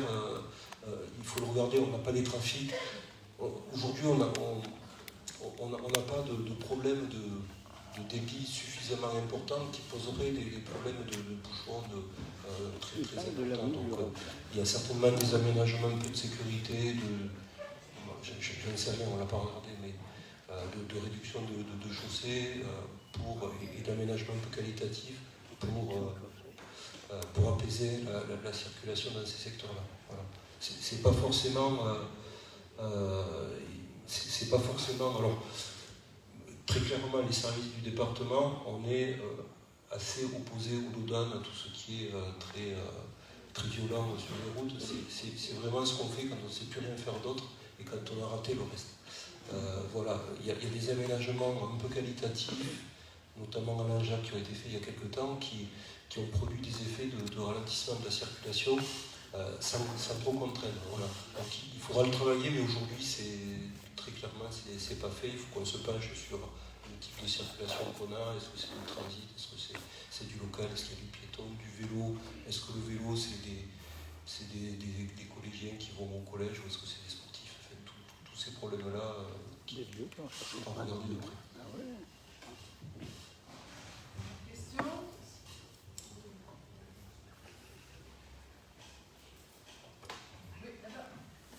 Quand le vent va souffler fort, est-ce que ça va faire du bruit dans les câbles? Bonne question. Par rapport à ceux qui sont autour. Est-ce que les riverains pourront dormir?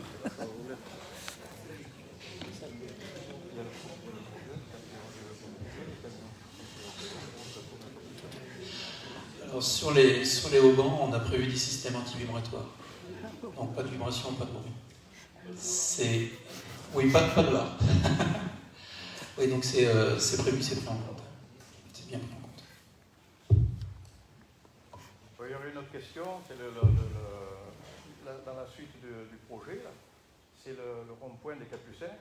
Que va-t-il devenir?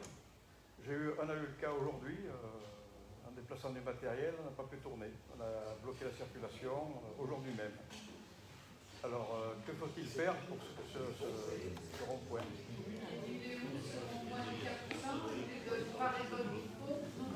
Non. Route de Pinol et route de Sog. C'est le bout de la Fontanto? Oui. D'accord. On n'a pas prévu de travailler jusque-là. Très honnêtement. Qu'est-ce qui est prévu par la suite? Il y a quelque chose de prévu ou pas?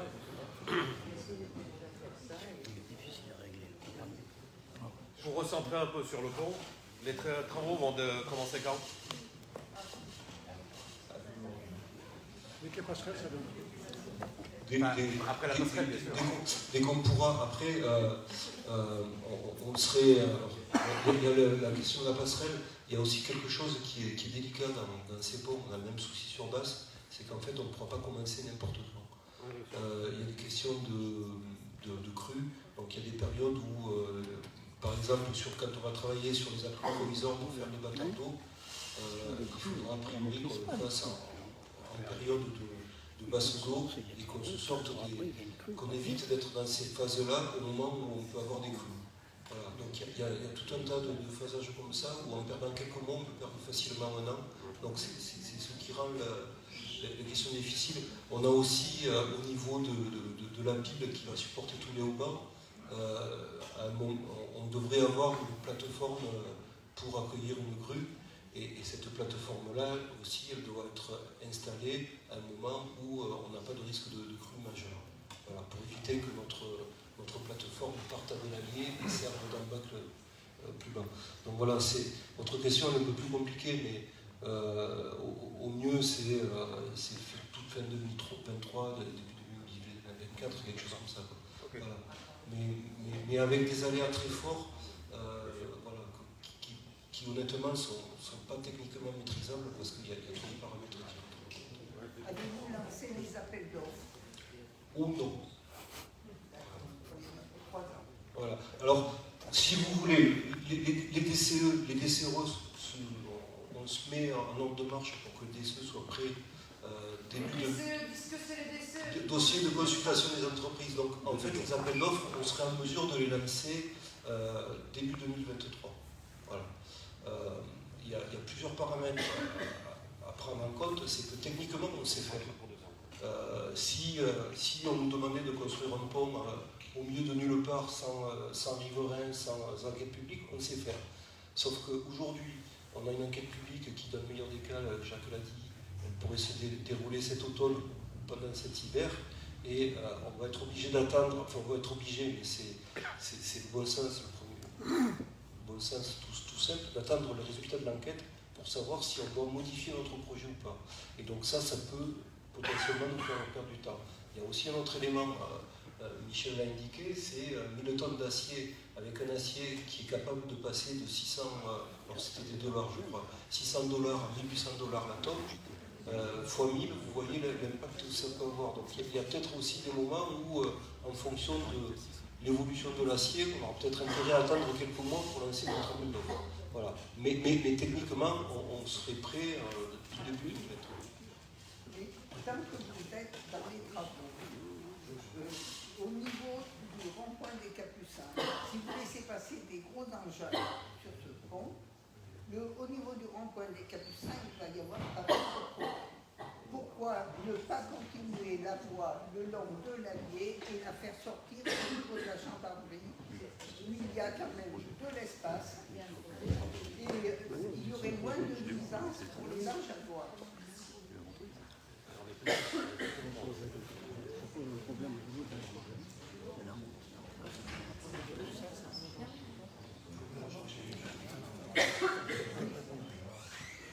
Je vois pas où est la gendarmerie, je suis. L'ancienne. Avenue Danton. Avenue Danton. Vers Moulins. Vers le moulin. Vers le moulin. Là où il y aura la maison de service.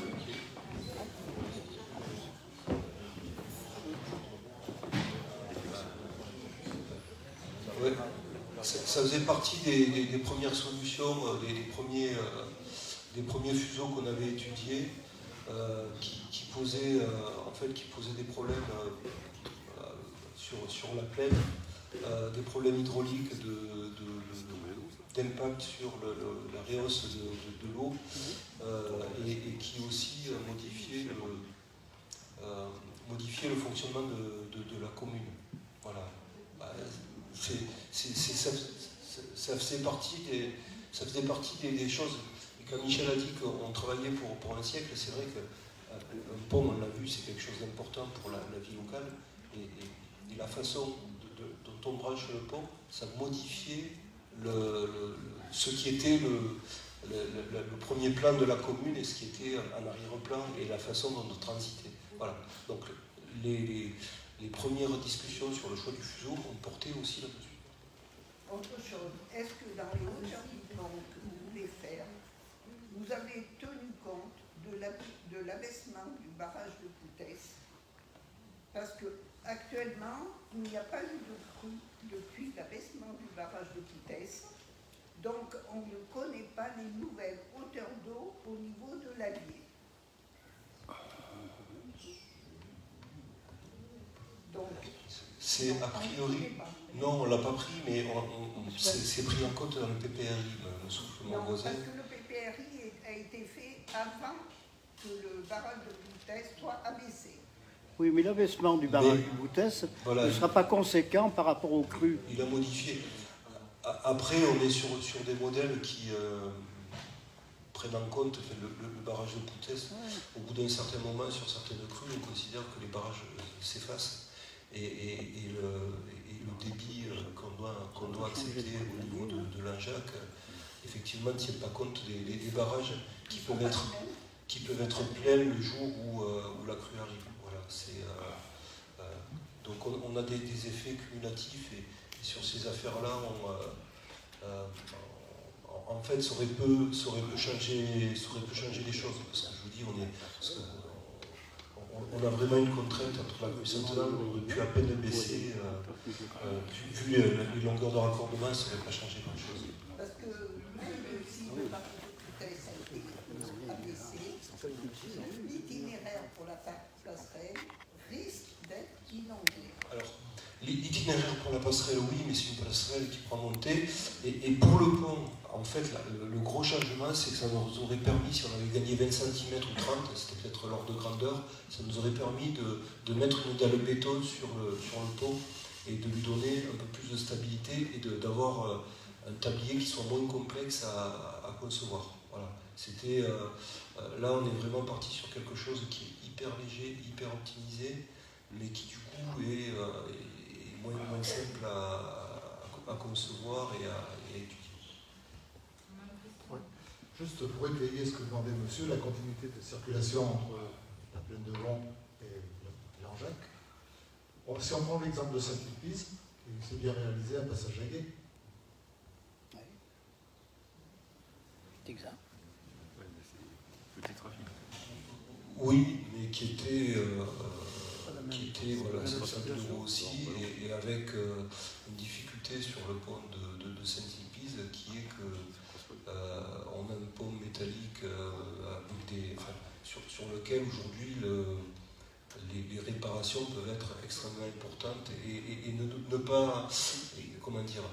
pas permettre une circulation d'engins de poids lourds, parce que le pont de Saint-Sulpice, il a été calculé pour une charge par véhicule de 4 tonnes 80, c'est-à-dire une charrette plus son conducteur. Et aujourd'hui, on faisait passer, avant les problèmes, on faisait passer jusqu'à 12 tonnes. Voilà. Et donc, le pont de Saint-Sulpice, même le jour où il sera réparé, on aura du mal à aller au-delà des 12 tonnes. Donc, il répondra malgré tout. Et d'où les 700 000 € qui ont été mis sur un pont provisoire, qui aujourd'hui est provisoire. En fait, c'est un pont de secours que le département avait acquis il y a 20 ou 30 ans.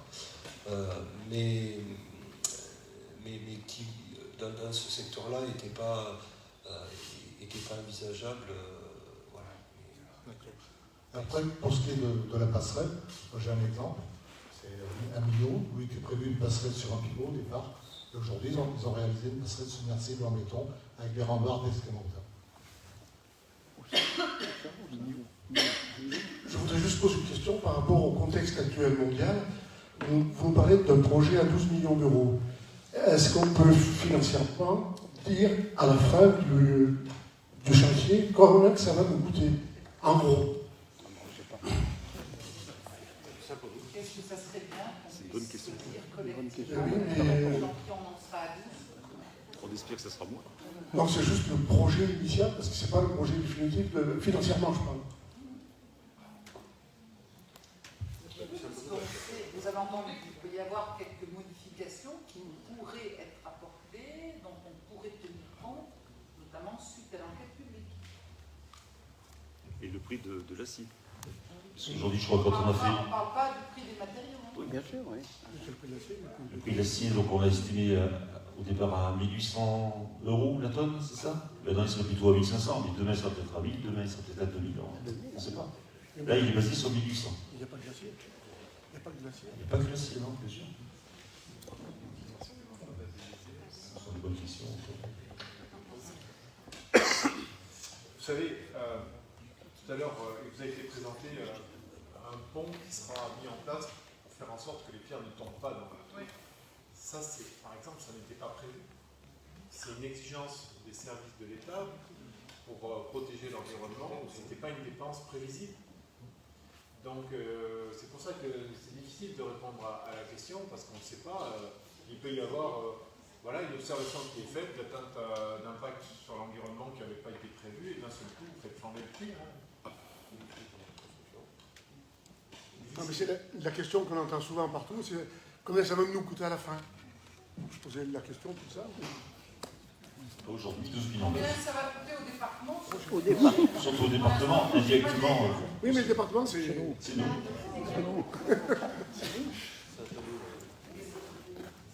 On aimerait bien avoir l'aide de l'État quand l'État fixe des exigences. Je rebondis un peu. Oui, merci, monsieur le maire. Ça revient au même, Gérard, l'État, c'est qui? Oui, sauf que c'est réparti. C'est réparti. La répartition, c'est que tu sais que le DGS qui nous touche, elle est 2 fois inférieure à celle de nos amis citadins. Donc on se pose bien la question légitimement de dire mais pourquoi ils ne nous aident pas sur des projets comme ça? Et juste, vous rappelez au passage que le département, nous n'allons plus prélever aucun impôt chez nous. Taxe foncière, on ne va plus rien chercher, on n'a plus le droit. Taxe d'habitation, on ne prélève plus aucune taxe. C'est quand la gratuité alors? Ah non, mais. Non, c'est pas pareil. j'ai compris. Le département aujourd'hui n'a aucune fiscalité qui ne va chercher. temps, je trouve que dans ce projet de ce pont, c'est une belle fierté de pouvoir dire, demain, vous pourrez transmettre à vos enfants, à vos petits-enfants, une œuvre d'art. Comme ça a été le cas depuis que ce pont actuel a été inauguré, ce pont blanc, il y avait même quelques mobylettes qui passaient sur ce pont, on s'en rappelle. Hein. Il a fallu mettre d'ailleurs des petites choses pour que les mobylettes arrêtent d'aller faire quelques gymkhanas sur les arches du pont. Je me rappelle. Et c'est vraiment un projet, c'est le projet du département. Avec ces deux ponts qui sont à Langeac et à Basse. Parce que juste 40 millions d'euros les deux. Est-ce qu'on est sûr d'avoir le pont à Langeac avant celui de Basse en Basse? C'est pas le débat, madame. Le débat n'est pas là. Entendez tout à l'heure ce que vous a dit Michel Brun. Nos équipes et les élus sont en train de travailler et en même temps sur les deux ponts. Alors si ici ou là, il y a un grain de sable dû à, tiens, un collectif contre ça, dû à l'association, on n'est pas d'accord avec ça, forcément on prendra du temps, dû, tiens, des fouilles archéologiques qui font qu'on trouve un vestige qui remonte à 1000 ans avant Jésus-Christ. Le grain de sable dont vous parlez tout à l'heure, forcément. Mais nous avons inscrit, et je souhaite que les deux ponts se réalisent pendant la durée de notre mandat. Là. Et si on peut démarrer à Langeac les travaux fin 2023, début 2024, tant mieux, allons-y. À condition que personne ne vienne trop se mettre en travers. Il me semble avoir lu dans la presse que l'ancien président du conseil départemental avait dit que pour Langeac, les travaux et le projet pour le pont devait débuter début 2022. Mais les études ont débuté. Je vous ai dit tout à l'heure, si je peux me permettre, qu'on a commencé les études depuis 3 ans. Donc quand on dit on commence un projet, on commence d'abord par les études aussi. Et c'est toujours un temps long. Et après, il n'y a pas de concurrence entre Basse et Langeac.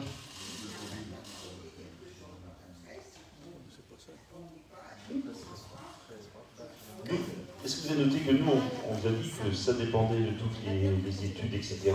Et que probablement, on va attaquer donc en 2023, mais ça se peut, il y aura du retard. On ne s'engage pas sur un délai. Ce qu'on peut dire, c'est que les travaux de Langeac vont durer moins longtemps que les travaux de Basse-en-Bassée. Déjà. Donc ça va peut-être vous rassurer par ce temps. On peut espérer qu'il sera fait avant 2033. Comment? On peut espérer qu'il sera fait avant 2033. C'est moi qui pose la question. Vous y arrivez, monsieur? Moi, je peux vous dire que la volonté politique que l'on a au département, et comme ça, on se retrouvera en 2033 pour fêter les 100 ans avec ça, c'est ça?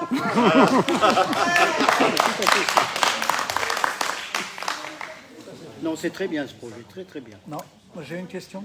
Je voudrais m'adresser à monsieur le maire. Tiens. Est-ce que vous avez la possibilité d'interdire aux poids lourds, surtout les grumiers, parce qu'ils sont en train de remplir les filets sous le tablier, là, hein? Oui. En ce moment, oui. En ce moment, c'est insensé. À partir, moi je me lève très tôt, à partir de 5 h du matin, les grumiers ils passent là. Hein. Ce matin, il y en avait. Hein. Surtout sans surcharge. Alors, le problème, c'est que quand on leur interdit, on le voit très bien sur les vidéos, mais oui, la réponse est oui. Oui. Oui, je disais simplement que lorsqu'on met des interdits, ils bravent les interdits. Donc il faut être là quand ils passent, effectivement très tôt le matin, parce qu'ils savent aussi se caler par rapport à l'horaire, mais oui, on peut tout à fait l'interdire aux poids lourds, on peut tout à fait l'envisager. Il y a un panneau dans un sens. Non, dans un sens uniquement. Parce que dessous, il y a un filet, et d'ailleurs, je ne sais pas, mais il est en mauvaise posture, le filet. Hein. Il a été purgé, alors c'est ce que vous dites, M. Fier. Il faut le refaire. Ah ouais, parce que... Et parce qu'en fait, effectivement, on a le béton qui est en si mauvais état qu'il y a des bouts qui tombent. Donc il faut éviter d'aller se promener, s'il vous plaît, sous le pont. Sur le même sujet, j'ai toujours dit, et je répète encore, que la sécurité, non, la communication, les panneaux ne sont pas suffisants. Il y a encore des poids lourds qui viennent jusqu'au pont. J'en connais quelque chose, ils m'ont démoli 3 fois mon portail. Alors, je ne dis pas maintenant, tout est dans l'ordre, mais si on pouvait mettre une circulation adaptée à ces poids lourds, c'est 3 tonnes 5, je crois.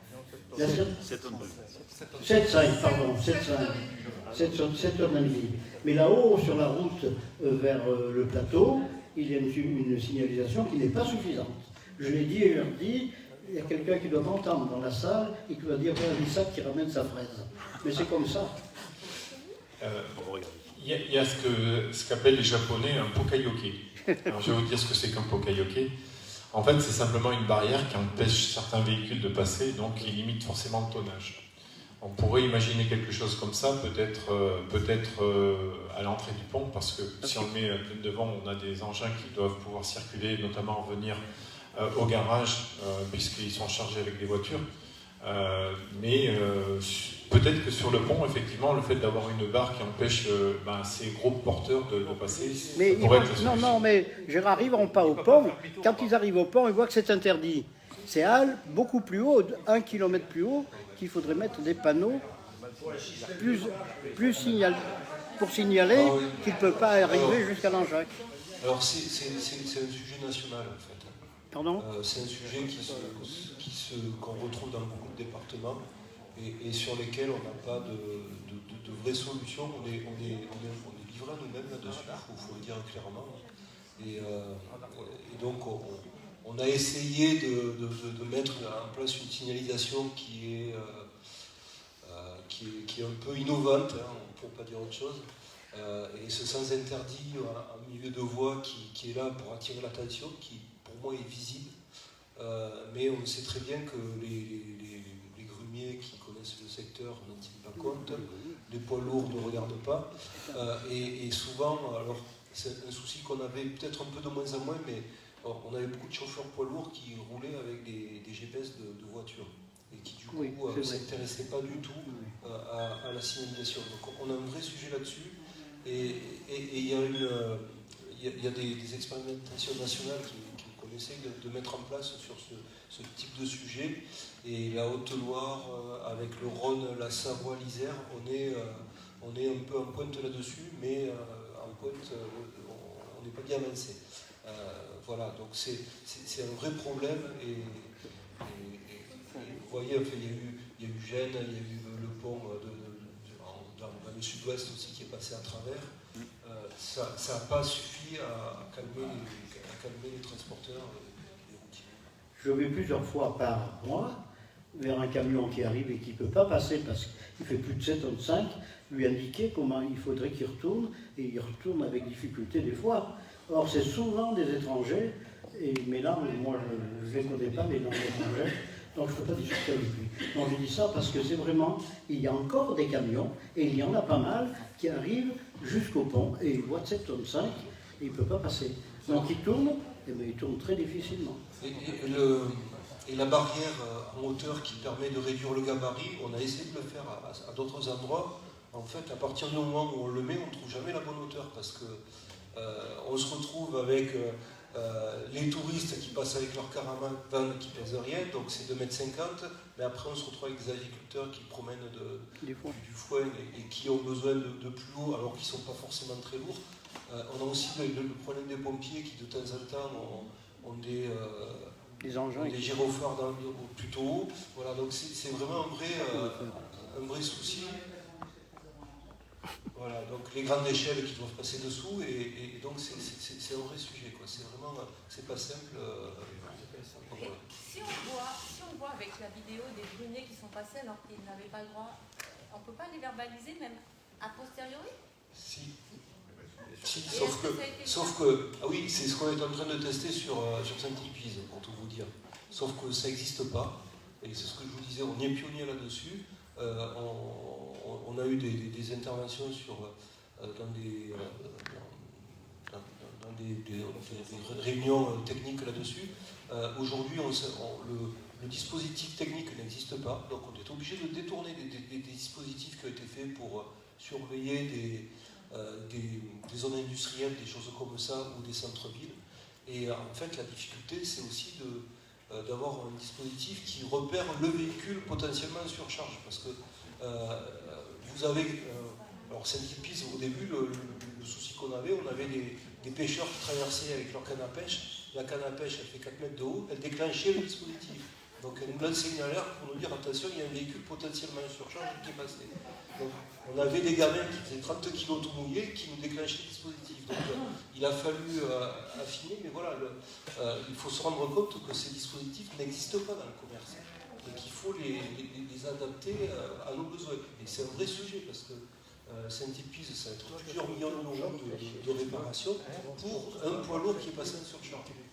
Donc c'est vraiment quelque chose, plus le risque qu'on fait passer à toutes les personnes qui peuvent être qui peuvent suivre. Voilà, donc mais c'est pas simple. Simplement un panneau lumineux avec un bandeau, interdiction de.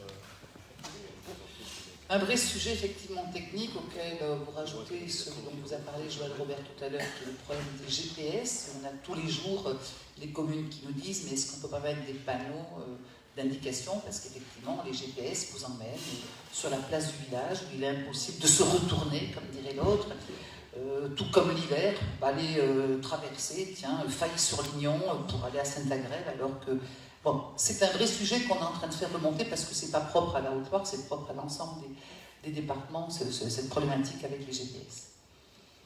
Est-ce qu'on a fait le tour du pont, de la passerelle, des rues adjacentes, des ronds-points? Oui, monsieur.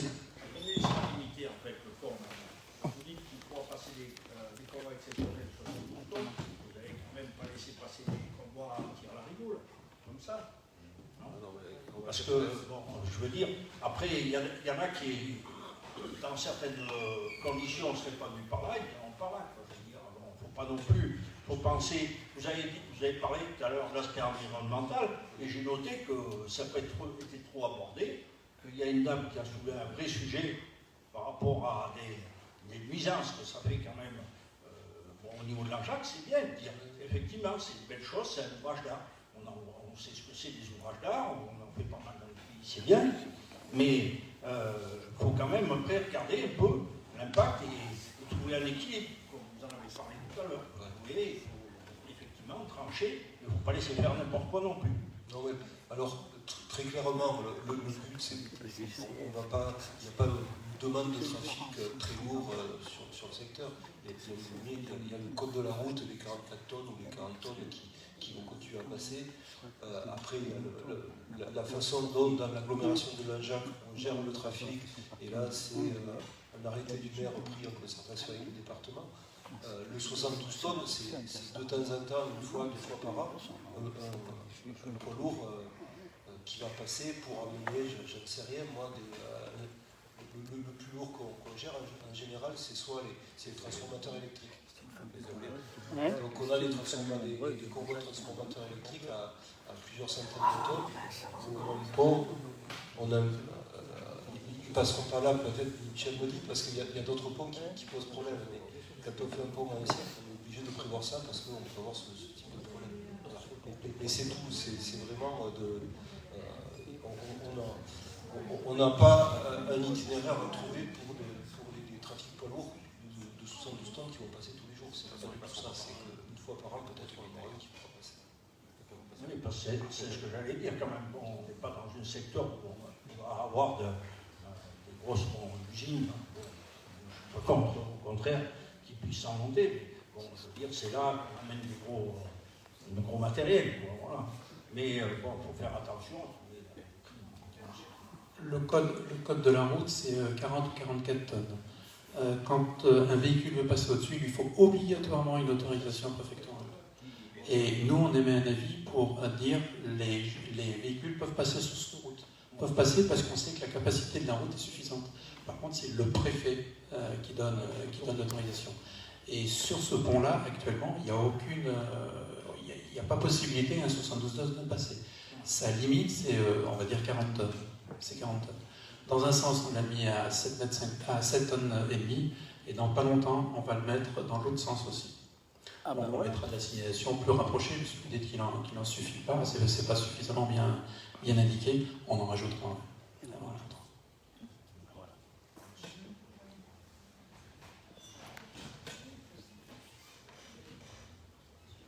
Bien, allez. Nous allons peut-être conclure cette réunion. d'abord pour vous remercier de votre présence, de ces nombreuses questions tout à fait légitimes. Vous aurez d'ailleurs l'occasion de vous exprimer encore dans le cadre de l'enquête publique, qui fera bien sûr remonter vos remarques, vos observations, vos doléances, vos demandes. En tout cas, je souhaite que dans cette aventure du pont, nous puissions continuer à communiquer ensemble. Aujourd'hui, cette réunion publique, qui n'est pas la première, puisque je crois qu'il y a eu d'autres réunions publiques il y a 1 an ou 2, il me semble, avec le département, n'est pas la dernière non plus. Je veux que vous soyez, la population, associée à l'évolution effectivement du projet, y compris même quand nous en serons à la construction, pour un moment ou l'autre, se poser 5 minutes et regarder de quelle manière nos techniciens, nos ingénieurs ont cette belle capacité à construire et du coup à faire que demain il y ait cette belle porte d'entrée sur cette commune de Langeac. Je trouve que c'est un projet d'art, oui, c'est un projet aussi d'intérêt général qui concerne chacun, qui impacte aussi chacun, et vous avez eu raison de poser toutes ces questions bien légitimes. En tout cas, vous avez compris la volonté du département de construire ce pont et de ne pas attendre 2033, c'est ça, pour que nous puissions démarrer les travaux dès que nous aurons les résultats de l'enquête publique, que le préfet aura permis de faire accélérer tout ça. On sait aussi qu'on est sur du 2 ans de travaux, donc certainement que le pont de Langeac pourrait être fini certainement avant le pont de Basse, qui lui est phasé plutôt sur 4 tranches. À Basse, il faut d'abord commencer par construire la voirie, ensuite construire le pont, finir les accès et ensuite déconstruire. Donc ça sera certainement un peu plus long. En tout cas, nous menons tout ça de front pour que nos 2 ponts soient bien construits dans cette mandature 2021-2027. Merci à nos équipes techniques, d'experts, d'ingénieurs de suivre tout ça. Et vous avez compris, nous avons encore tout ce travail de coordination à faire avec la mairie, notamment sur de part en part du pont pour accéder notamment au quai Voltaire. Et puis aussi, vous avez compris que c'était la passerelle qui allait être l'élément déclencheur et qui permet d'activer plus ou moins rapidement cette belle aventure du pont.